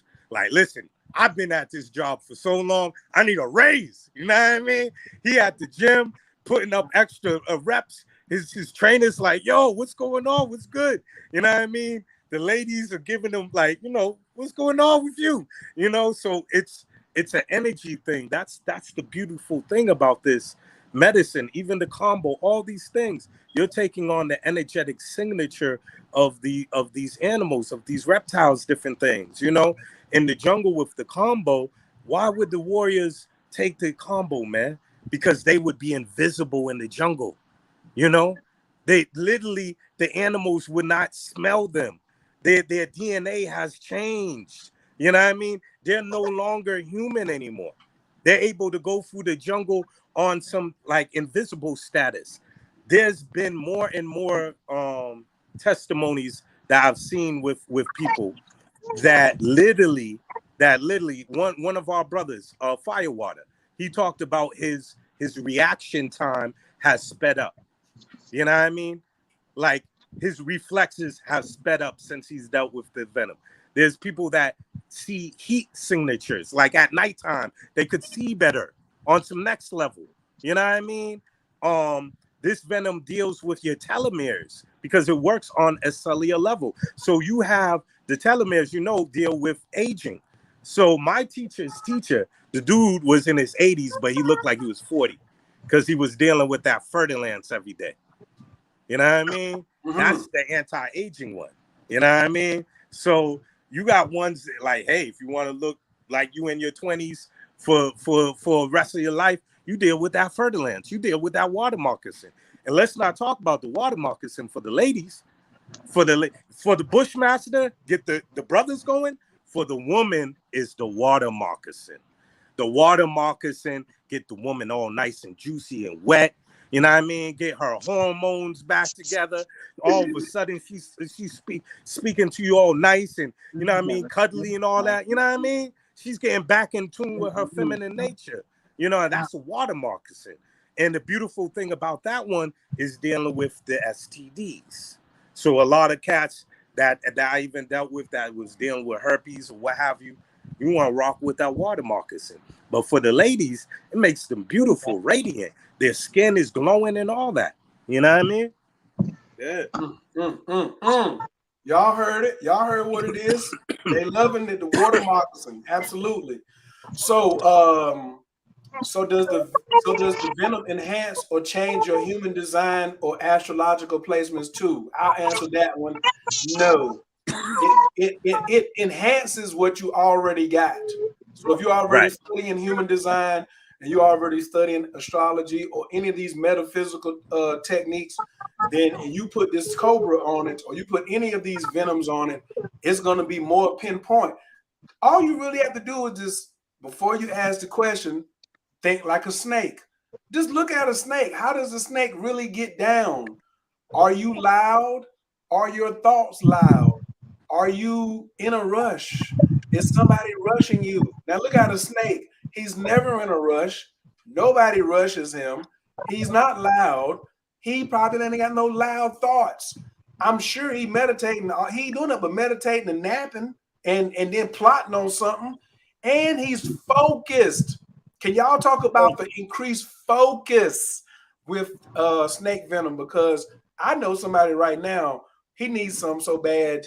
Even today, right now, he's traveling. He was just like, I got to be in 3 cities tomorrow in one day. He's in Atlanta. He got to be in North Carolina and be in 3 different cities in the same day. And I was like, bro, what are you afraid of? You're afraid that you're going to miss something. Why do you have to, like, why did you schedule and tell somebody that you could be in this thing? And this is something in the Black community. A lot of us have this pressure from our parents to be something that we're not even designed to be. And you sitting here worrying about letting somebody down when you're really not even the person to take this thing all the way through. So that's why knowing your human design chart, that's why it's a Tuesday. This is a human design day. We're having a human design class right now. We know who you are. So when this thing comes back into you, you can just be like, you know what I'm saying? Now, you also, if you want to be real, real crafty, but you're going to have to see one of my students in the Magic Academy to know like super ideal days to take snake venom for what. You know what I'm saying? Like that's another level. That's another conversation. So any day is good that you can catch one of these 3 brothers, okay? Because somebody said, where can I get it? You should only get it. I don't know where you can get it from, but I know these 2 brothers in Chief Nighthawk are 3 brothers that I trust. They're the only 3 brothers that I trust with the snake and General Firewater. So I'm sharing some of my resources. If you're interested in connecting with these brothers, Brother Dooley is on Facebook as well as Sincere 7. If you're interested in some ceremonies in Atlanta in 2 weeks from after September the 11th, all you got to do is go to workwithoye.com and go and send me a message through the little chat button. There's a chat button on there. Just send me a message and type in Venom. That's it. My mind is going. I need to go back out there and hit that Nigerian one more time. You know what I'm saying? That Nigerian sativa I got here, Dooley. I had a little bit of Nigerian sativa, but just a little bit. So like I done microdose that off and work that off. Now I'm like back to super sober. I was like, I might want to go ahead and hit that thing one more time. But he said, I'd say Snake has supported my human design for sure. So thank you, Lucia. So there are some human See, this is the thing, like with my community, we so dope because we cover all the woo-woo. Oh, you mystical? Got you. Clinical? Got you. Shamanistic? Got you. Islamic? Got you. Atheist? We might not have you, but we will think about it. You know what I'm saying? But we could. It's just a conversation, right?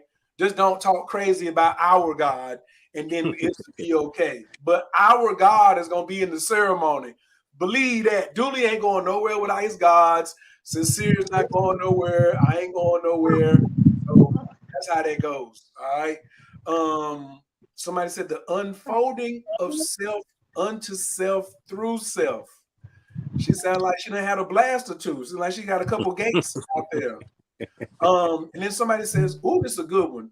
So, would you recommend couples having their session done at the same time? Either one of y'all, Dooley, what you gonna say first to that? Oh yeah, definitely, man. Anything that's gonna promote a level of bringing the couples closer, man. I support it, man. I mean, that's the beautiful thing about this. I would say the brother get the Bushmaster, the sister get the water moccasin, and bong bong, y'all gonna have a beautiful night. You know what I mean? They're gonna have 3 beautiful nights, ain't they? Or 5. The first week is gonna be off the chain.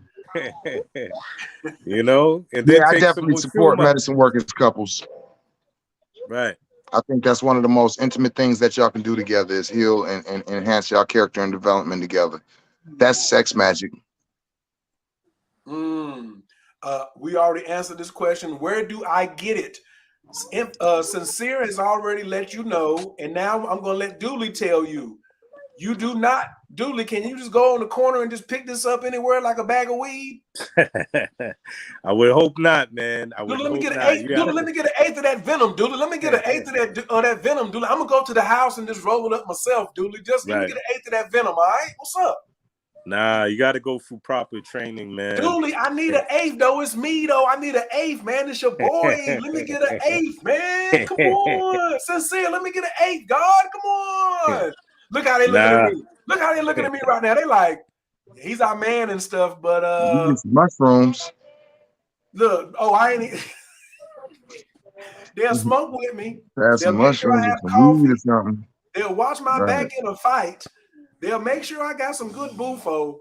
But these jokers, my own homies, because they know I ain't been trained, they won't even let OE get no venom. I don't want none, no way. I was just damn doing hypothetical.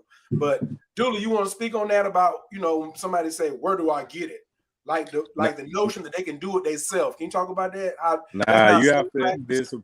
There's like I said before. There's a process of training, and I've been lucky enough to be able to sit with one of the homies, one of the elders, and I have a high level of respect for this individual, and I'm still training. We all, even though we've all of us on this call, Sincere and myself, and Chief Nighthawk, even though we've gone through our level of studies and stuff, I'm still learning. Still, there's more to learn. That's right.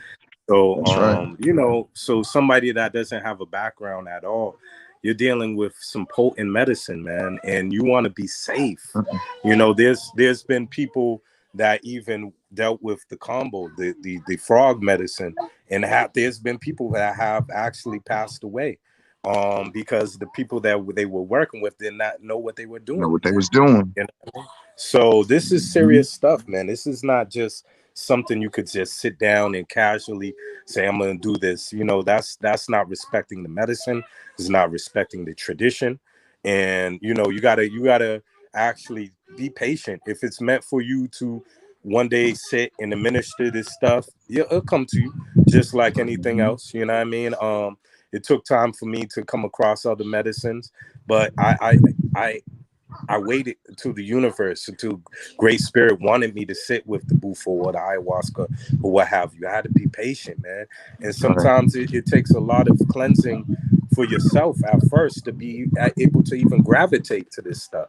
You know what I mean? It's like everybody overnight want to be a medicine man or medicine woman because that's the popular thing now. Nah, man, it takes a lot of responsibility. Working even OE, Sincere, they'll tell you to sitting in these ceremonies with folk, you have to be able to have a sincere heart, man, so you could have people safe and protected. And compassion. Yeah, very much so. Yeah. So somebody asked a really good question. Well, this is a short one. We all gonna agree with this. Should a married couple do mushrooms together? Y'all should have been doing mushrooms before you got married. So that's right. You should have already been doing. Right. What did you do? How did you get married to her and y'all hadn't done mushrooms together? You don't know who you even married. You're not. Well, they might have been married for 10 years before it was cool or something. So some people, just got hip to the game. So they might have been unmarried already. Stall them out, Devo. Stall them out. But yes, that's what he's saying. Yes, ain't no question about it. You feel me? It's like, should I go see God by myself or should I take my mate with me? Shit. Okay. So and see, here's my answer. We're all doing this for Black love. We all love to love Black folks. Okay? That's why I'm showing that this is the Black love movement. At the bottom, it says, what are the benefits of snake venom? Nigga, the benefits is Black love. You can stop the bullshit with your partner.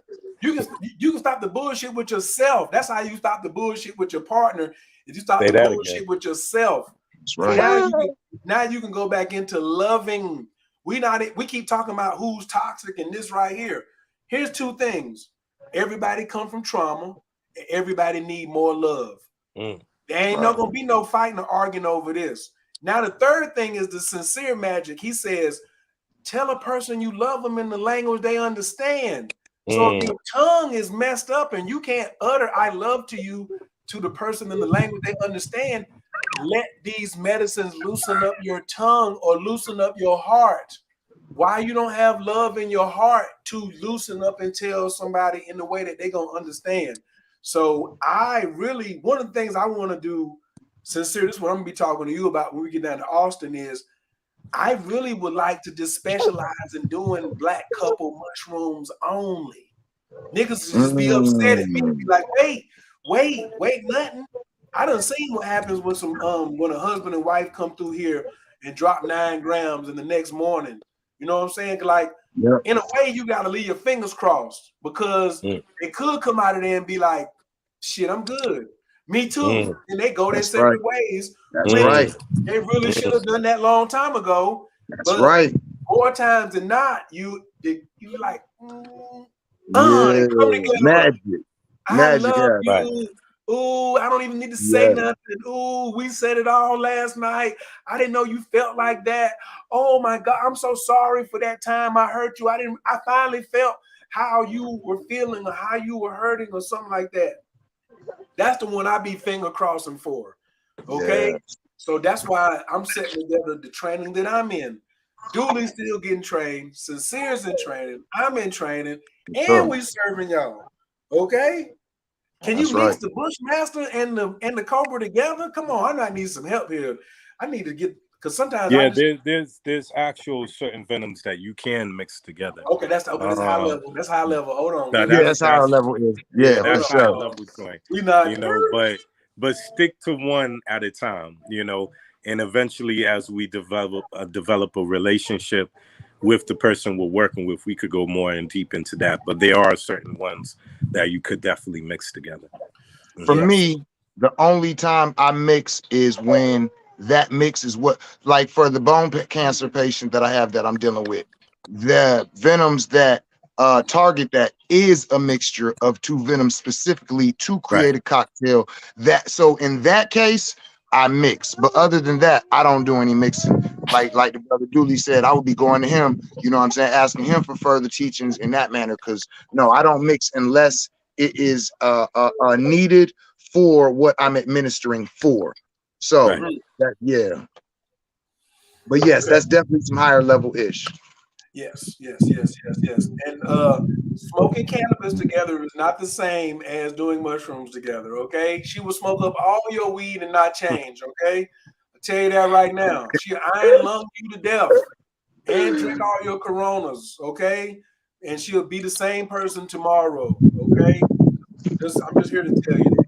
Okay, not everybody, but no, it's not the same. They training is the service of the people, because we all one, and when one is healed, we're taking off into the cosmos. Right now, we can't take you with us. We are preparing to help you go on your own.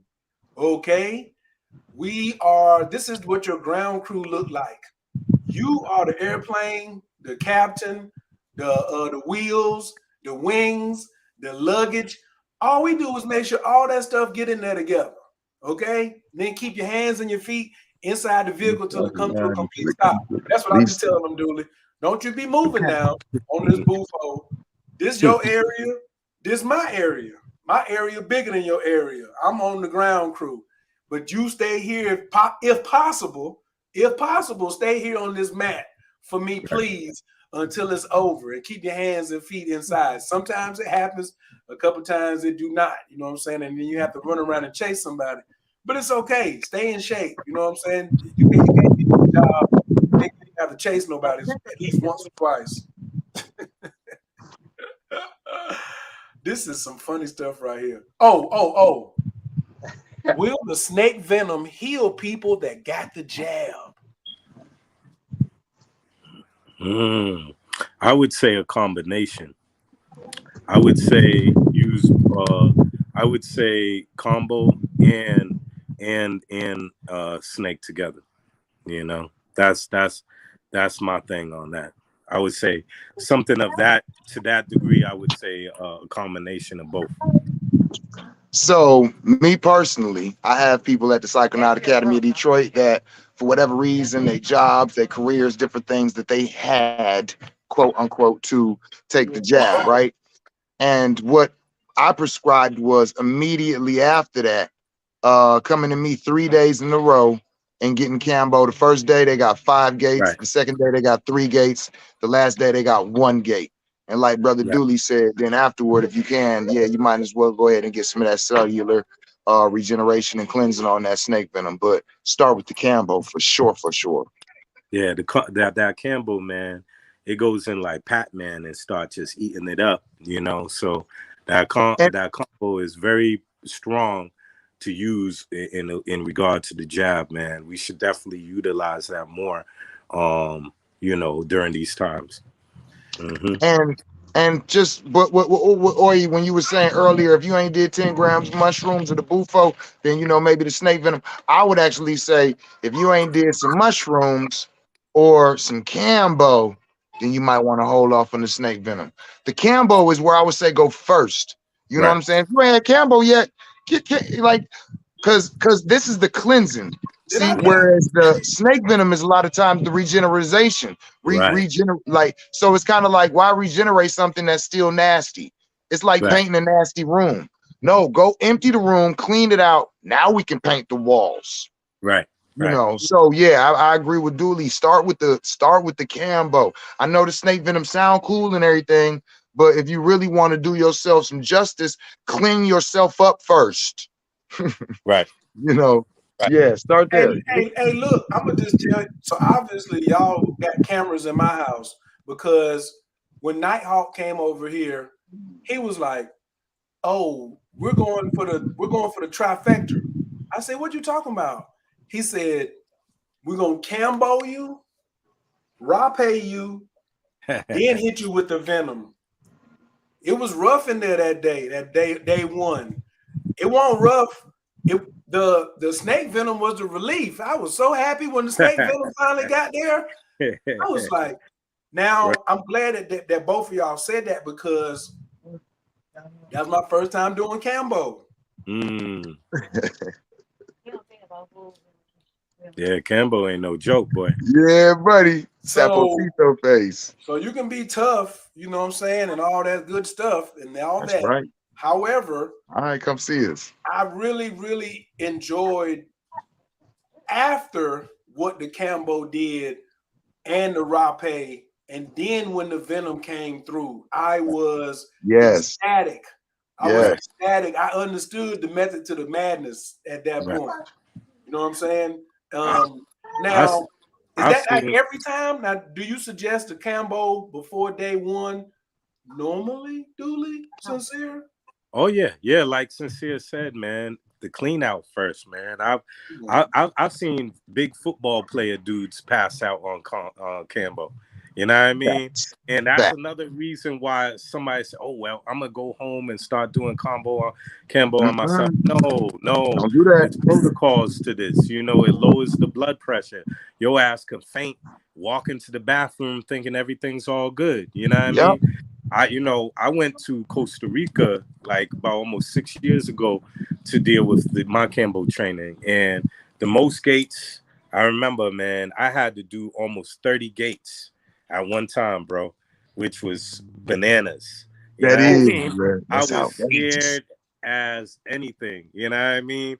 And in the jungle, they do everything different, bro. You know what I mean? So it's like there's certain tribes that don't even drink water with the Cambo. You know what I mean? Damn. And crazy. Like some of these people, it's a whole different process. So you're talking about Cambo lasting for hours for some of the tribes that didn't even drink the water, you know. So there's so many ways of approaching it. But Cambo is a powerful one. It deals with cancer, it deals with all kinds of different illnesses, and it chases those bad bacteria out your body, parasites, you know what I mean? So we gotta utilize that medicine more. They used to call it the vaccination of the jungle. You That's know, right. that's the real jab. You know, That's that's right. the original one. So we would use that in the jungle for malaria, for snake bites, for all kinds of things. And also the woman would use the combo in Pacific ways. They had their own mystery school system with the combo. So they had a level of using the combo for fertility rights, for even if they wanted abortion, all kinds of different things women would use the combo for. Also, the woman would use the combo for beauty. Again, a lot of these medicines would be able to tighten the skin to make you look younger. I remember when I came back from Costa Rica, people was like, Dooley, you look younger. I was like, God damn it, these people have me doing combo every day, man. You know what I mean? It's that So it's poquito like, face. yeah, man. So it's like people get the frog face, where your face starts to swell up, and you're getting the natural Botox right there, bro. You know? So yeah. That's right. That's right. Excellent. I told you, Dooley, this interview wasn't gonna be invasive. I told you was gonna enjoy yourself. Thank you, bro. I told you that. I appreciate it, man. I know what I I'm appreciate doing it, over King. here in these streets. Let me run the point guard. You just play power forward, Carl along. That's it. Thank Just you, man. post up, son. I'll bring the ball down court. I'll feed you. Don't worry about that. You know what I'm saying? What we got right here? Oh, somebody was just telling us who's on the screen. Okay. You don't see Brother Dooley on Facebook. Dooley, what's your name on Facebook? It's Shaman Dooley.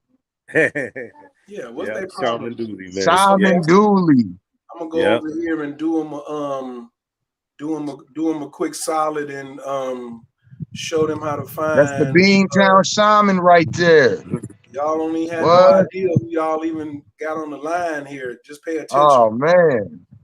So basically, I think so this is Sincere because I already got Sincere's page pulled up.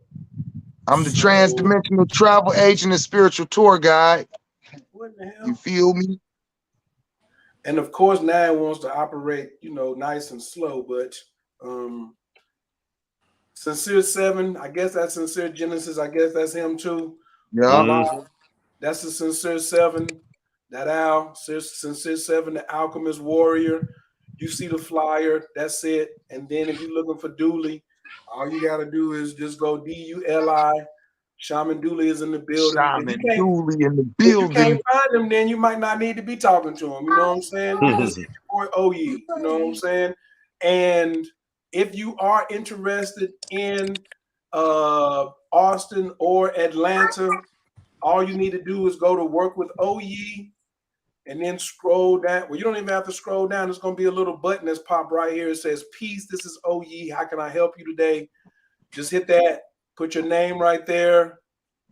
Put your email address. And then when you get to message, just type in Venom. And then hit enter, and then I'll take care of it from there. All right? So, I ain't going to keep the brothers. We done already been on here a good 2 hours and 7 minutes. 2 hours and 7 minutes out here. How time flies when you're having fun.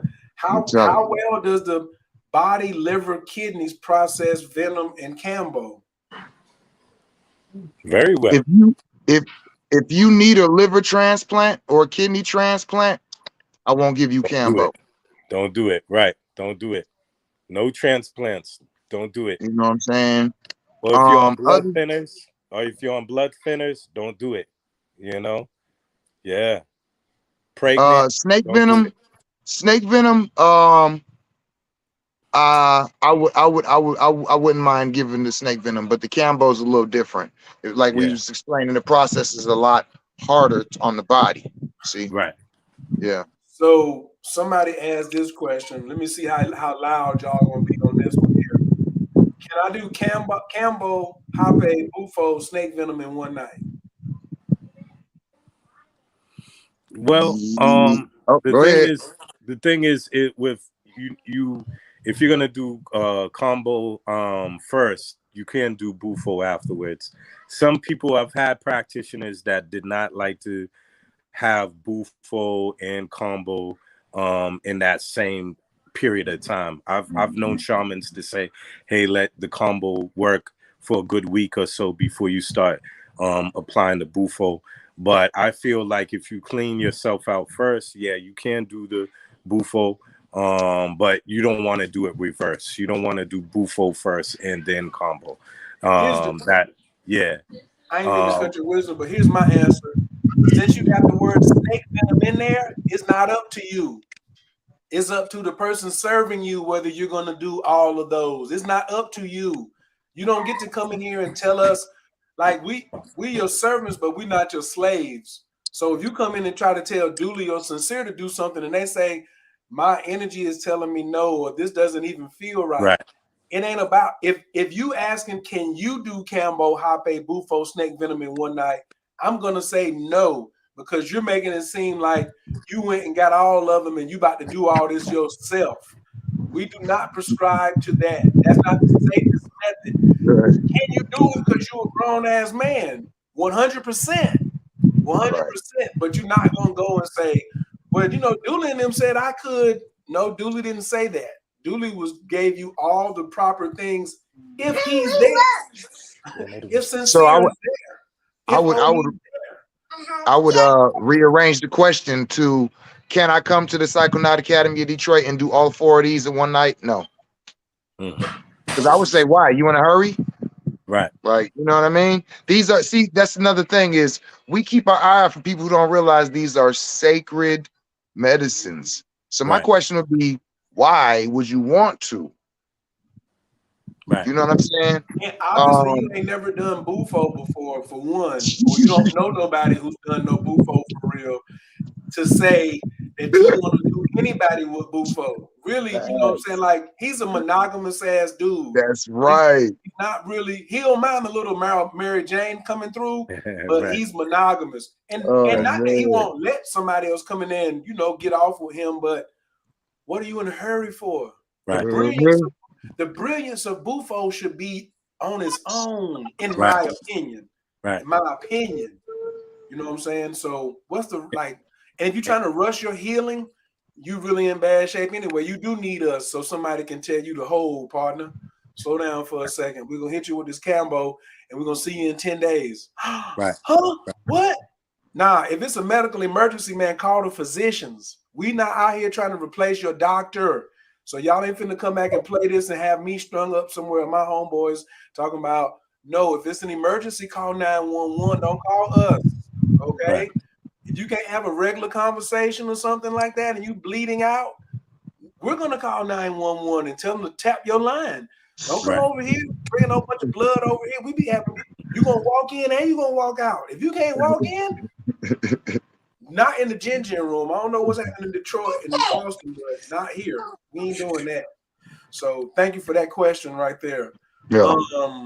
We getting ready to get out of here. I'm trying to find, let me see, make sure I got everybody's question. Thank you. Now this is a whole nother show. Watch how my brother's faces light up when they see this question. Watch this.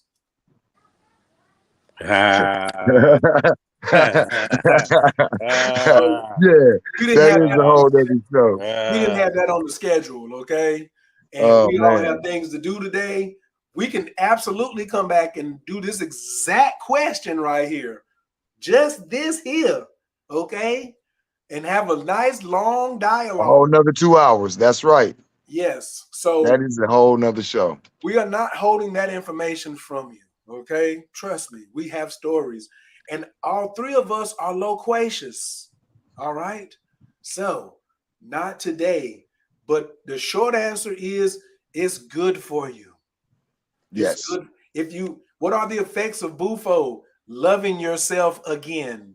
Right. We'll just leave that one at the top, okay? Right. Loving yourself again is one of the highest effects of Bufo when done in the right setting with the right people. Right. Okay. Okay. If it's their first time, you may want to consider. Right. Is they teacher sitting right beside them? Right. How many have you done? You gonna be my first. Where your teacher? Oh, they in Peru. We gonna hold off. Right. I'm gonna hold off. It's okay. Let me get my bread back. It's my apologies. Ask people. That's a good question. Ask people. they damn what they done. You ain't going to no gynecologist and being like, how many babies have you don't care how many babies they done delivered. Right. It's okay for you to ask somebody about you and your health and somebody sitting with you. And if they trying to hide something or put something up, watch all your red flags, man. You got common sense, man. That's why you might need to come get that Monica Cobra first, so we can get your common sense back popping. You know, recognize some of these red flags, man. Lucia, thank you for this conversation. If y'all in the chat could please type in what was your biggest takeaway from this conversation today, and on a scale of 1 to 10, how did we do? The brothers that I've been wanting to do Campbell and Boo for a long time. Hopefully, I'll do it soon. You just have to make a decision, brother. You can stop wanting and then start put some activation down. So we're all open and to help you point you in the right direction, depending on what part of the world you're in. So if you need to reach out to any one of us, we are absolutely here. Radiance said, how do we book sessions for Snake Venom? So as I go said, to workwithoye.com. Go for me and Sincere in Atlanta in 2 weeks. Go to workwithoye.com. If you're going to be in Austin next week after 9/11, after Labor Day, same thing. If you need to holler at Shaman Dooley, get him on his Facebook. Don't come asking me for his number. You can come through my site and just put Dooley, and then I'll put you in contact with him. If you want to put, I'm in Detroit, I want to holler at Sincere, then just put Sincere in there, and I'll put you in. I'll get past your number to them. You won't get their number from me. Let's be clear, okay? So don't think that. And I don't know, Dooley's schedule is probably the busiest of all of us, because he got 14 wives and 33 children, and he's international. He got a embassy. He's also represents the Moroccan government and the Egyptian government and Dubai and South Africa and Russia too at the same time. So y'all have to try to fit in as best you can. We're trying to take a little bit of workload off of Dooley. But Dooley worked like a Hebrew slave mixed with a Nigerian mixed with a nigga from Brooklyn. You put them three together and a Jamaican. You put all them together, and now you know what Dooley's work ethic is. Right. I ain't exaggerating. This for real. I just met him a couple years ago, so this from what I've seen shortly. So, but we doing this, man, because the charlatans are coming. The charlatans are here, and we want y'all to have an opportunity to see some brown faces that look like you that you can trust. You know what I'm saying? And who care about family, care about the black family, the brown family, the Moorish family, the Melanin. We care about humanity, but this is the team that we own. Not that we won't serve white people or Europeans or nothing like that. That's just the skin suit that you picked this particular lifetime. The Bufo gives a shits about what your damn skin color is. The damn Snake Venom gives a fuck about who you are and stuff like that. But we know that sometimes people are more comfortable with their people. And these my peoples right here. You know what I'm saying? So that's right, Nikki. Facts. Straight facts. And no lies told. Look at that. Everybody is like, we absolutely want to be around our people. Absolutely. Thank you, Mr. E, for sharing the IG that the live was going. Your greatest takeaway was the protocol. Thank you. That means we did a good job. If you listen to us talk for 2 hours and you said protocol was your takeaway, we win. It's a win for all of us. What do you say? It is bias 9 because I wanted more of the science, but I got what I needed. LOL. Okay, no problem like that. Just come back. We're gonna have we keep coming back with more and more hits. Party people. So we came in the door. We said it before. You know what I mean? We never let the mic magnetize us no more. We do the magnetizing. So there'll be plenty of this later on. The sister says she learned so much about natural healing opportunities. Thank you all for your time. Thank you. Amor said we got a 10 and it was a great presentation. Free Soul says I've done Bufo with OE. Lots of thumbs up. Absolutely. What we got? And then, we got some thanks in here. I've done Bufo with Oye and with Dooley. Hey. Yeah, that joker there crazy. You know what I'm saying? Whoever that is, you out here. Agreed to protocol is key. and using Moon Magic 28 to set this as my goal. So if you're in the Inner Magic Academy, this is real fire talk right here. They really talking heavy at this point right here. So I'm gonna just give y'all a little shot of what they're talking about. So inside of Oh Ye Son, I teach a course called Inner Magic Academy, and you can catch it right here. Inner Magic Academy, the 2-day healing think tank about healing your ancestors. You also can get that on the website. But inside of the Inner Magic Academy, we have the Moon Magic class. So they are referring to the Moon Magic 28 Masterclass. So whenever you see MM28, she's saying she's going to use Moon Magic 28 to make Bufo or Venom or one of these sacred earth medicines something that she wants to accomplish. And I totally agree with this 100%. You need to set this as a goal for yourself if it's ever going to happen, instead of saying, I just want it, I just want it, I just want it. Also, if you are also in the Inner Magic Academy, we do have the Keep It Simple astrology course. Teaches you everything Oh Ye Son knows about astrology and more. Also, how to meditate. Remember, we talked about your meditation. So the microcosmic orbit meditation is in here, how to write your goals, spells, and rituals, and also how to use the Prosperity 365 GPS greatest possible strategy. So if you're ever interested in this, all you got to do is go to the main page. Let's walk together and let your magic do the heavy lifting. This is the Inner Magic Academy. This is lifetime access for 11/11. Lifetime access. We hold classes every Wednesday night. Well, we do Q&A, so you get to go at your own pace through the video. I do have strategy consultations if you want to see Sifu Oye and get a one-on-one. And then we also have a rectification consultation. If you just want to get the right time of birth, we can do that for you as well to make sure you're looking at the right information. Man, Dooley, do you got any announcements, man, that where you getting ready to be anytime soon? We got a retreat coming up in December. I'm linking with Sister Sunny Ray. She's a wonderful yoga teacher. She's the ethogenic yogi on IG, so you could look her up. And I'll talk about the details of that particular retreat coming up. Also, I think I'm have another retreat earlier in Mexico beforehand, before December in October. So, but I'll get more details and just hit me up. And then on Wednesdays, I'm in Brooklyn every Wednesday and Thursdays. I'm out there giving out medicine, and I do psychic surgery and different other things out there too. So you can always hit me up, or just come to Boston if you want, and we can hang out, man. You know what I mean? I'm always open for people to come through and chill out. What we gonna eat, man? You got something to eat up there? Is there some food up there? 222.22.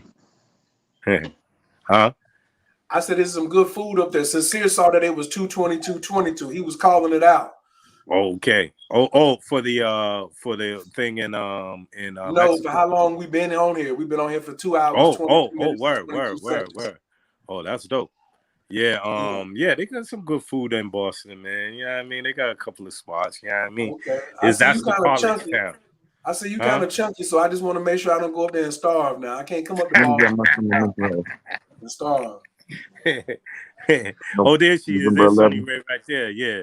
IG, the ethogenic yogi. So go on her page. It's going to be a dope retreat in December. You could get the details on her page. We got some great people coming together. Sound therapy, yoga, massage, different medicines. Check it out. It's going to be a good time. Sincere, what's going on at the Psychonaut Academy of Detroit? What can we expect from y'all over the next 90 days? We got a mushroom and mental health retreat going on November 11th, 12th, 13th. We got ayahuasca ceremony going on October 22nd. We do Cambo on the full moons and Snake Venoms on the new moons. But anything other than that, you can call me for a private ceremony or session, or call me to book a family one. Also, me and Sincere are in works to bring me to Detroit to do some bufo over at the pad. That's right. And as he said, I'll be in Atlanta on the 11th doing Snake Venom So yeah, as well as those. Yeah. But yeah. So to the people in the pad, yeah, Bufo coming soon, baby. Nice.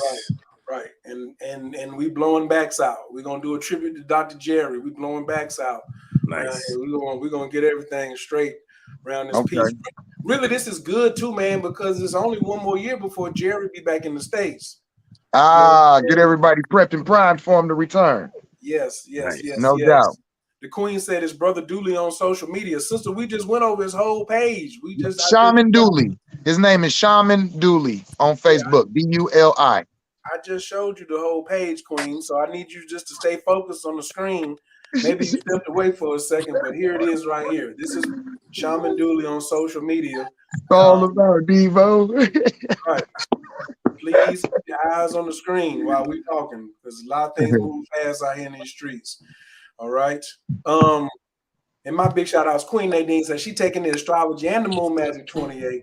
It has given me knowledge, understanding, and a timely strategy for all areas of my life. You won't regret the investment. Holla at your boy. We out here in these streets, trying to get y'all live free. Thank y'all so much, Dooley. Thank you so much, Sincere. Thanks the whole audience that was on here. Thanks everybody that shared this. We also want to give a big shout out to Baba Kalindi EE, because if it wasn't like a lot of his groundbreaking and black boot stomping, we wouldn't even be here doing what we're doing right now. So we all come from that same respect factor for that master teacher that traveled before us, and we honor and respect his teachings that came before us, and we just always gonna give him a shout out in everything that we're doing, man. So with that being said, I found y'all in peace. I'm gonna leave y'all in prayer. We take a nice big inhale through the nose, exhale out the mouth, inhale through the nose, exhale out the mouth.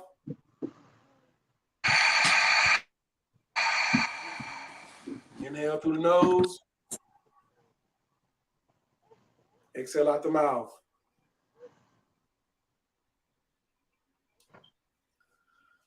Anabako, get you like your minka. Tatia Tezara, Kabel Renard, Amcha Sagvanu, Tahara Nunara, Na Gebo de Shea Yakadeka, Kavava Shaman, Barkum Charam Rakame, Tazika Taker to me Gamma, Kasim Kadosh, Baru Tufka, Nahel out of Taker. The keep your hail on Chapanez or Craig Katushka Taker, Shavata Nuka Bel, Ushma, Tazaka Tanu, Yadea Talamo, Baruk Shem, Kavomakuto, Alam Vaed. All right, fam, y'all have a marvelous day, and we're gonna holler at y'all. Tell somebody you love them in the language they can understand it in. Peace. Quick. Tell them.